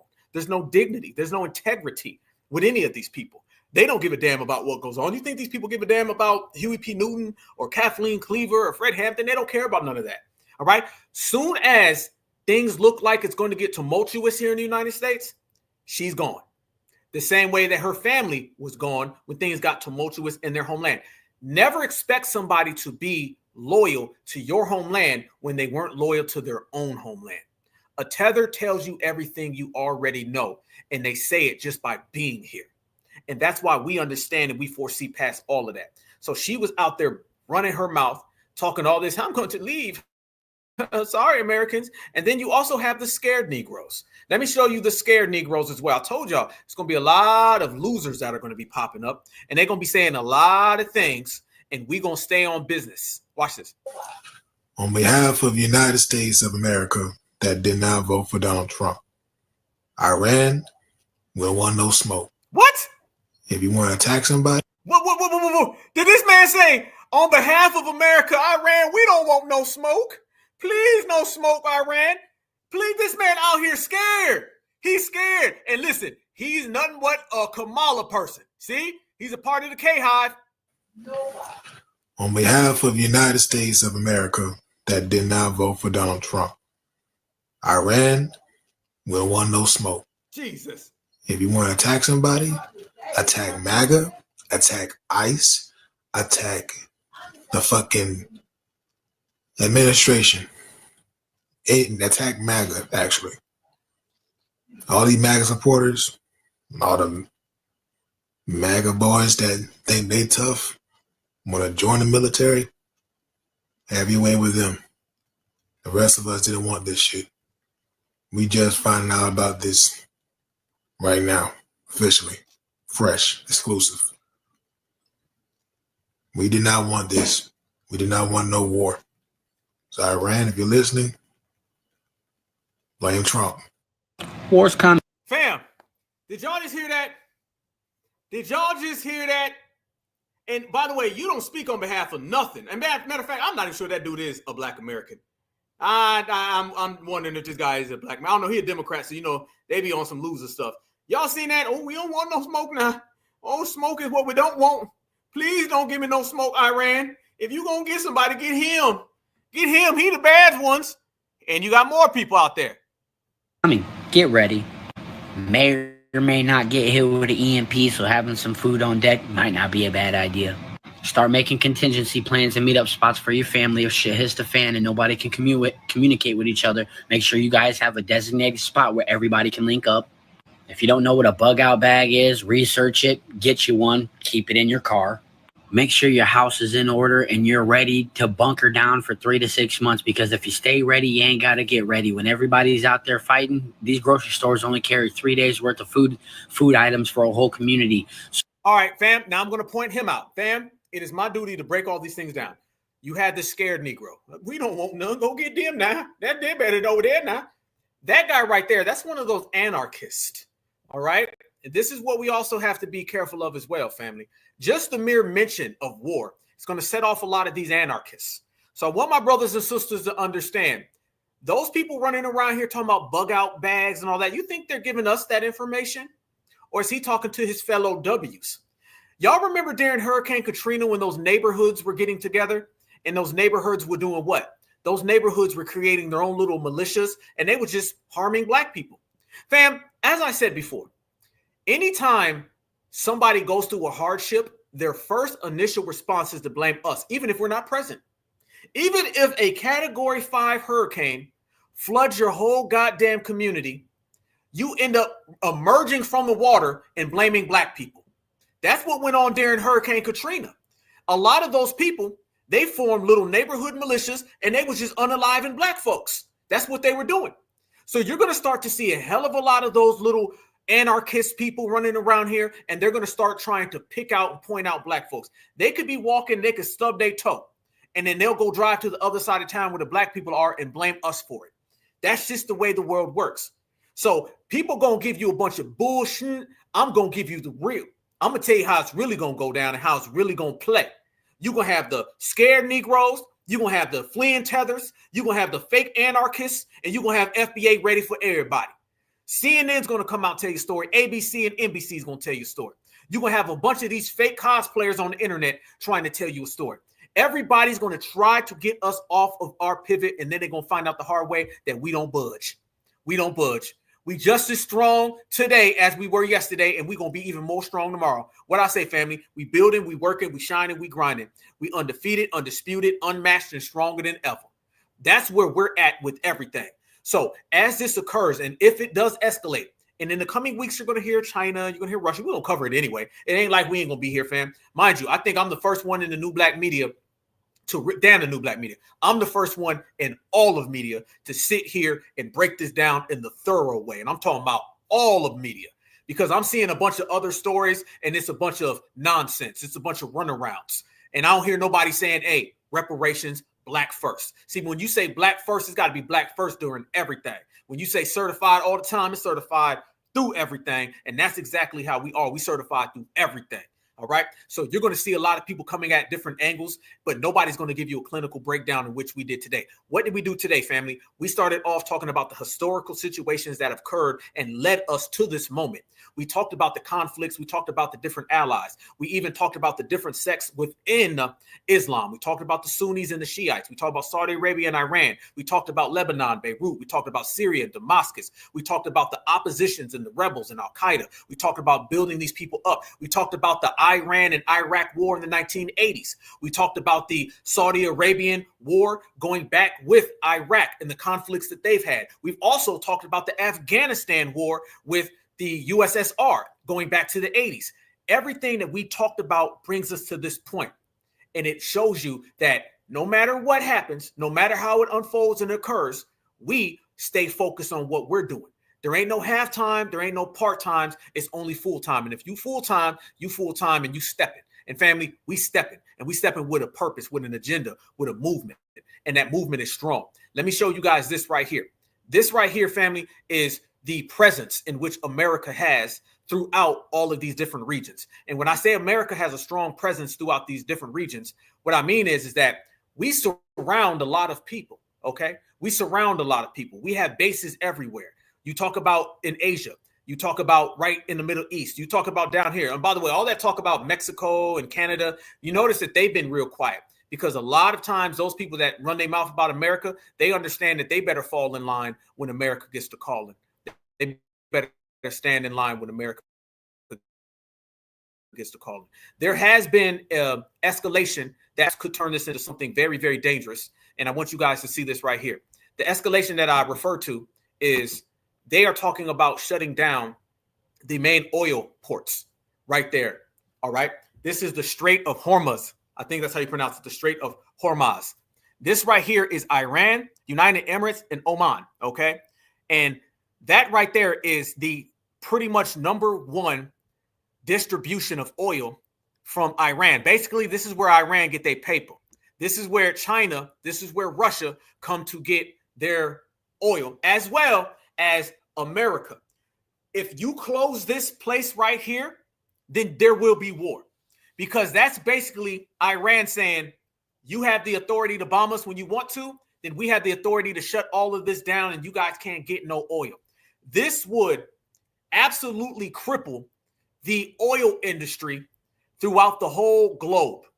And Iran always dangles this above everybody, so they know that if they choose to come at Iran unlawfully, then they'll say, we'll just close this down and you guys won't have nothing. And it just came out today through a lot of sources that Iran has basically said that we are going to close this down. We're going to go ahead and close it. And everybody's going to have to be on their own. And America came out and said, basically, well, that's a red line. That's a red line. That's a red line, and you won't be doing that. And let me tell you guys about China and Iran and some of their relationships, okay? They have a very strategic partnership, all right? They have heavy economic ties. Their largest trading partner of Iran is China. China is Iran's largest trading partner, and it's the biggest export market, especially for oil. This is a critical lifeline for Iran, all right? Oil imports. China is by far the largest importer of Iranian oil, and it's often heavily discounted prices, meaning Iran sells their oil to China more than anybody at the highest, basically, deals and at the most discounted. China has also made insane amounts of investments in all different sectors of Iran's economy, including energy, infrastructure, transformation, technology, involvement in projects like the Tehran subway system, the dam construction. They help Iran with everything in their 5G telecommunications network. China is an ally of Iran to a whole nother level. On top of all of that, China and Iran, they both have like a counter Western ideology, which means they don't fall up underneath what America says to do. They don't fall up underneath that. All right. In March 2021, they made basically an agreement, basically deepening their relationship. So they signed on paper that they friends. They said, "Nah, we friends and we gonna be on paper." All right. So they are very vital to Iran, and Iran is very vital to them. So if they cut that off, China is going to have to get involved. And they're only going to cut that off because of the United States of America and the situation that's occurring right here, right now. And let me also say this as well. This is something that a lot of people overlook, and it doesn't really get a lot of shine on the news, okay? When you start talking about Iran and Russia, Iran also provided drones and ballistic missiles to Russia during the Ukrainian battle. Let me go there as well. We talk about what Russia has done. Russia was receiving missiles, weapons, and drones from Iran. So Iran was supporting Russia's war against the Ukrainians, meaning when America was sending our reparations money to Ukraine to fight Russia, Iran was sending money, drones, and weapons to Russia to fight the Ukraine. So that Russia-Ukraine situation, that was not just domestic. That had global potential, and that had global tentacles and global interference in relative affairs that were all combined simultaneously. Okay, so when you start talking about these people in conjunction with one another, everybody was involved, and everyone's fingerprints was into that Ukrainian-Russian situation. They never really talked about on the news here in America the role that Iran played. So meaning when Iran was giving weapons to Russia, that's because Russia did not have the resources to help Syria no more. So in essence, Iran was protecting Syria by arming Russia, not to mention all of the deals and agreements, all of the oil and gas that they provide for Russia, as well as China. China does the same exact thing. So these people have all been on the same accord. That's why we said when you examine everything thoroughly, you see two different sides. You see two different sides, and those sides are relatively clear on who's working for who and who ain't working with each other. And it's one side, you got the United States of America, and then on the other side, you got all of those other people. So they said that the Islamic regime, they basically voted to basically close the Strait of Hormuz. 26% of the global oil trade, okay? 26% of the global oil trade comes through that strait that I just showed you, okay? That is one of the most strategic and most important places on the planet. And if Iran were to close that down, that affects everybody's money. And now the block is extremely hot. And China and Russia will be forced to engage by any means necessary to get those ports reopened. They receive, China does, that oil at discounted prices. They're not going to sit there and pay maximum prices or potentially push to the point where they don't have access to it at all because of the United States of America. They are playing with a situation that could potentially get very, very serious. Again, the parliament closed it, and they're saying, nope, can't nobody get it. Oil prices could spike. Everybody's saying this, by the way. Oil prices could spike from 30 to 50%, okay? 30 to 50% spike in oil prices for those who get their oil from that strait, which provides 26% of the oil to the world. 26% of the oil to the world, and you're talking about a 30 to 50% increase, which I'm thinking is going to be the latter towards 50. And if it ever potentially goes past 50, and you're talking about a 50% spike, there's going to be some consequences and repercussions. There definitely will be. Let me show you guys this right here. Let me show y'all this. This is another illustration of how heavy all of this looks. Look at this right here, fam. That right there is the ports, and that's everybody coming to get that oil. That's everybody mounting up to get some of that damn oil right there. And they out there serving that oil, fam. They out there serving that oil. And when you start talking about the uranium, Donald Trump tore up an agreement in 2018, okay? When Donald Trump tore up the agreement in 2018, Iran was only basically producing 3.67% of uranium, okay? In 2018, when Donald Trump tore up the agreement, they were producing only 3.67% of uranium. Now they have 60% of depleted uranium, okay? So tearing up that deal was catastrophic. It was not a good move by Donald Trump. It wasn't a good move at all by Donald Trump.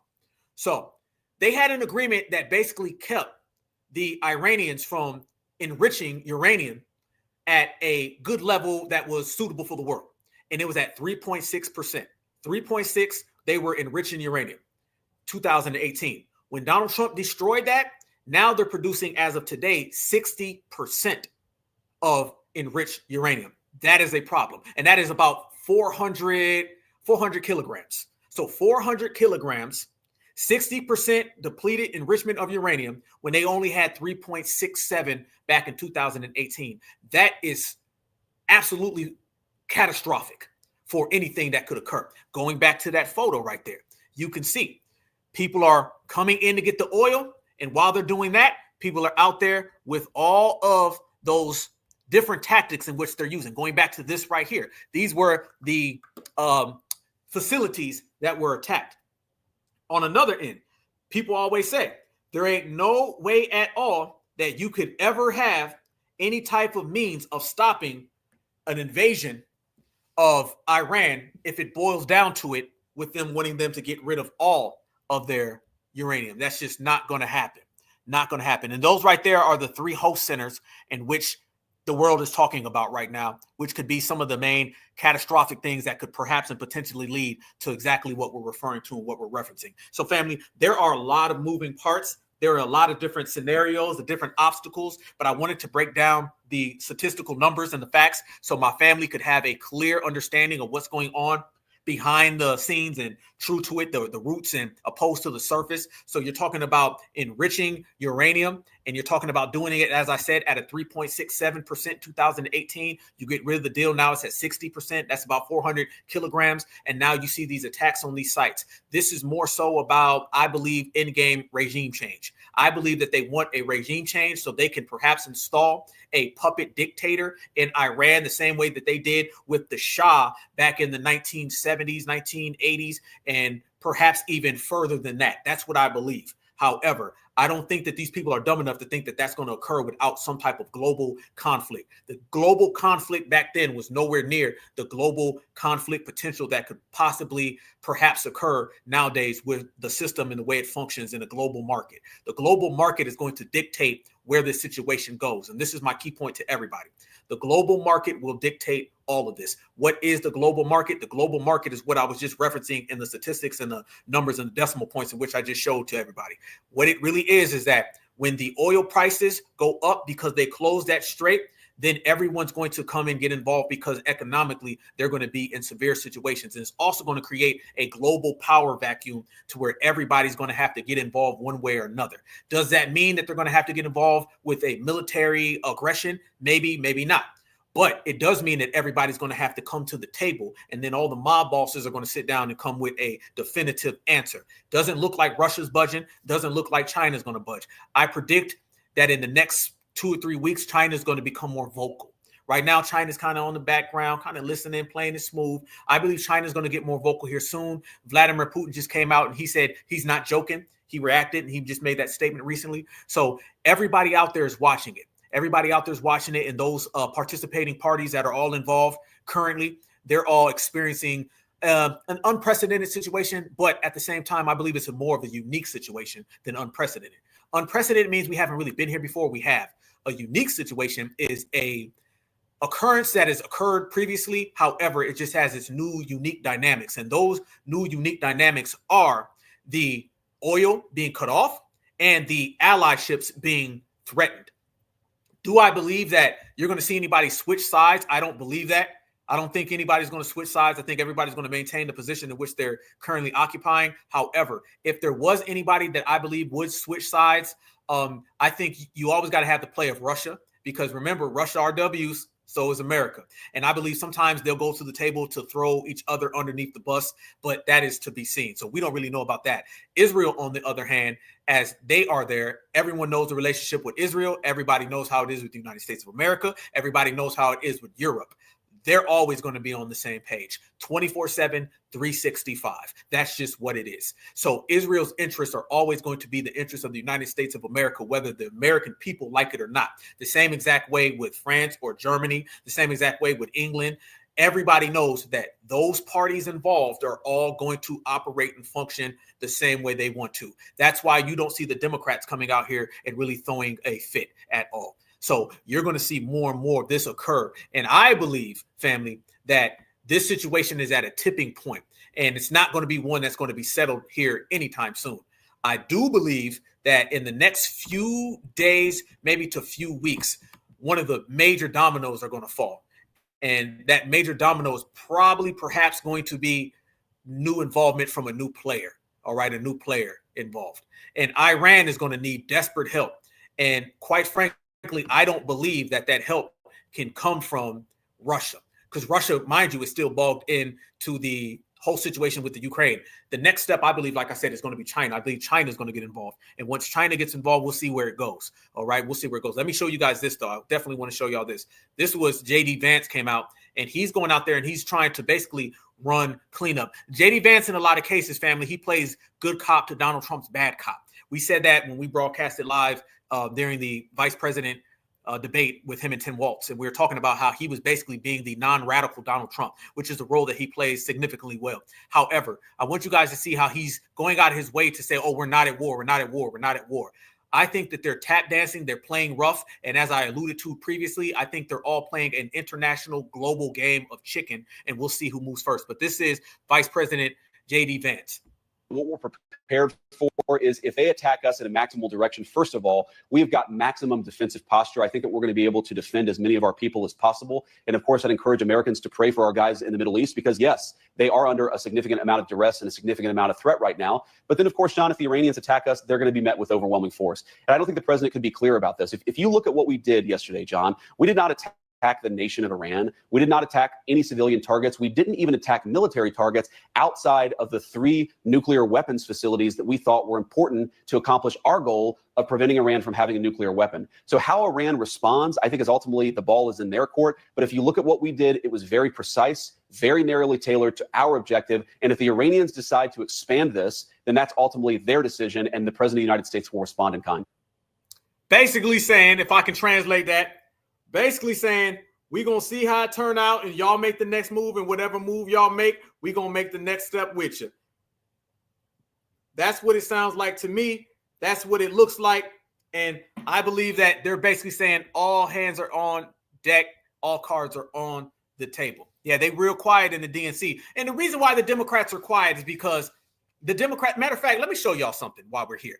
Let me show you guys. I'm glad. Thank you for that post. I'm going to point out something that I want the family to notice. When we talk about the Democrats are real silent, right? Okay. Notice that the Democrats will get real silent when it involves Israel. All right. They had a lot of smoke for ICE. A lot of smoke for ICE. Democrats have been real quiet. You got a little Democrat here, there. They're chirping, but they're not really saying that. You know why? Because the Democrats agree with all of this. The Democrats are absolutely, they don't get along with no laws, no bills. But when you start talking about war, all of a sudden, they all get on the same page quick. Y'all look at this. Did y'all see Van Jones? Now, y'all remember about a year and a half ago when Van Jones came out and he apologized to Israel on behalf of black people?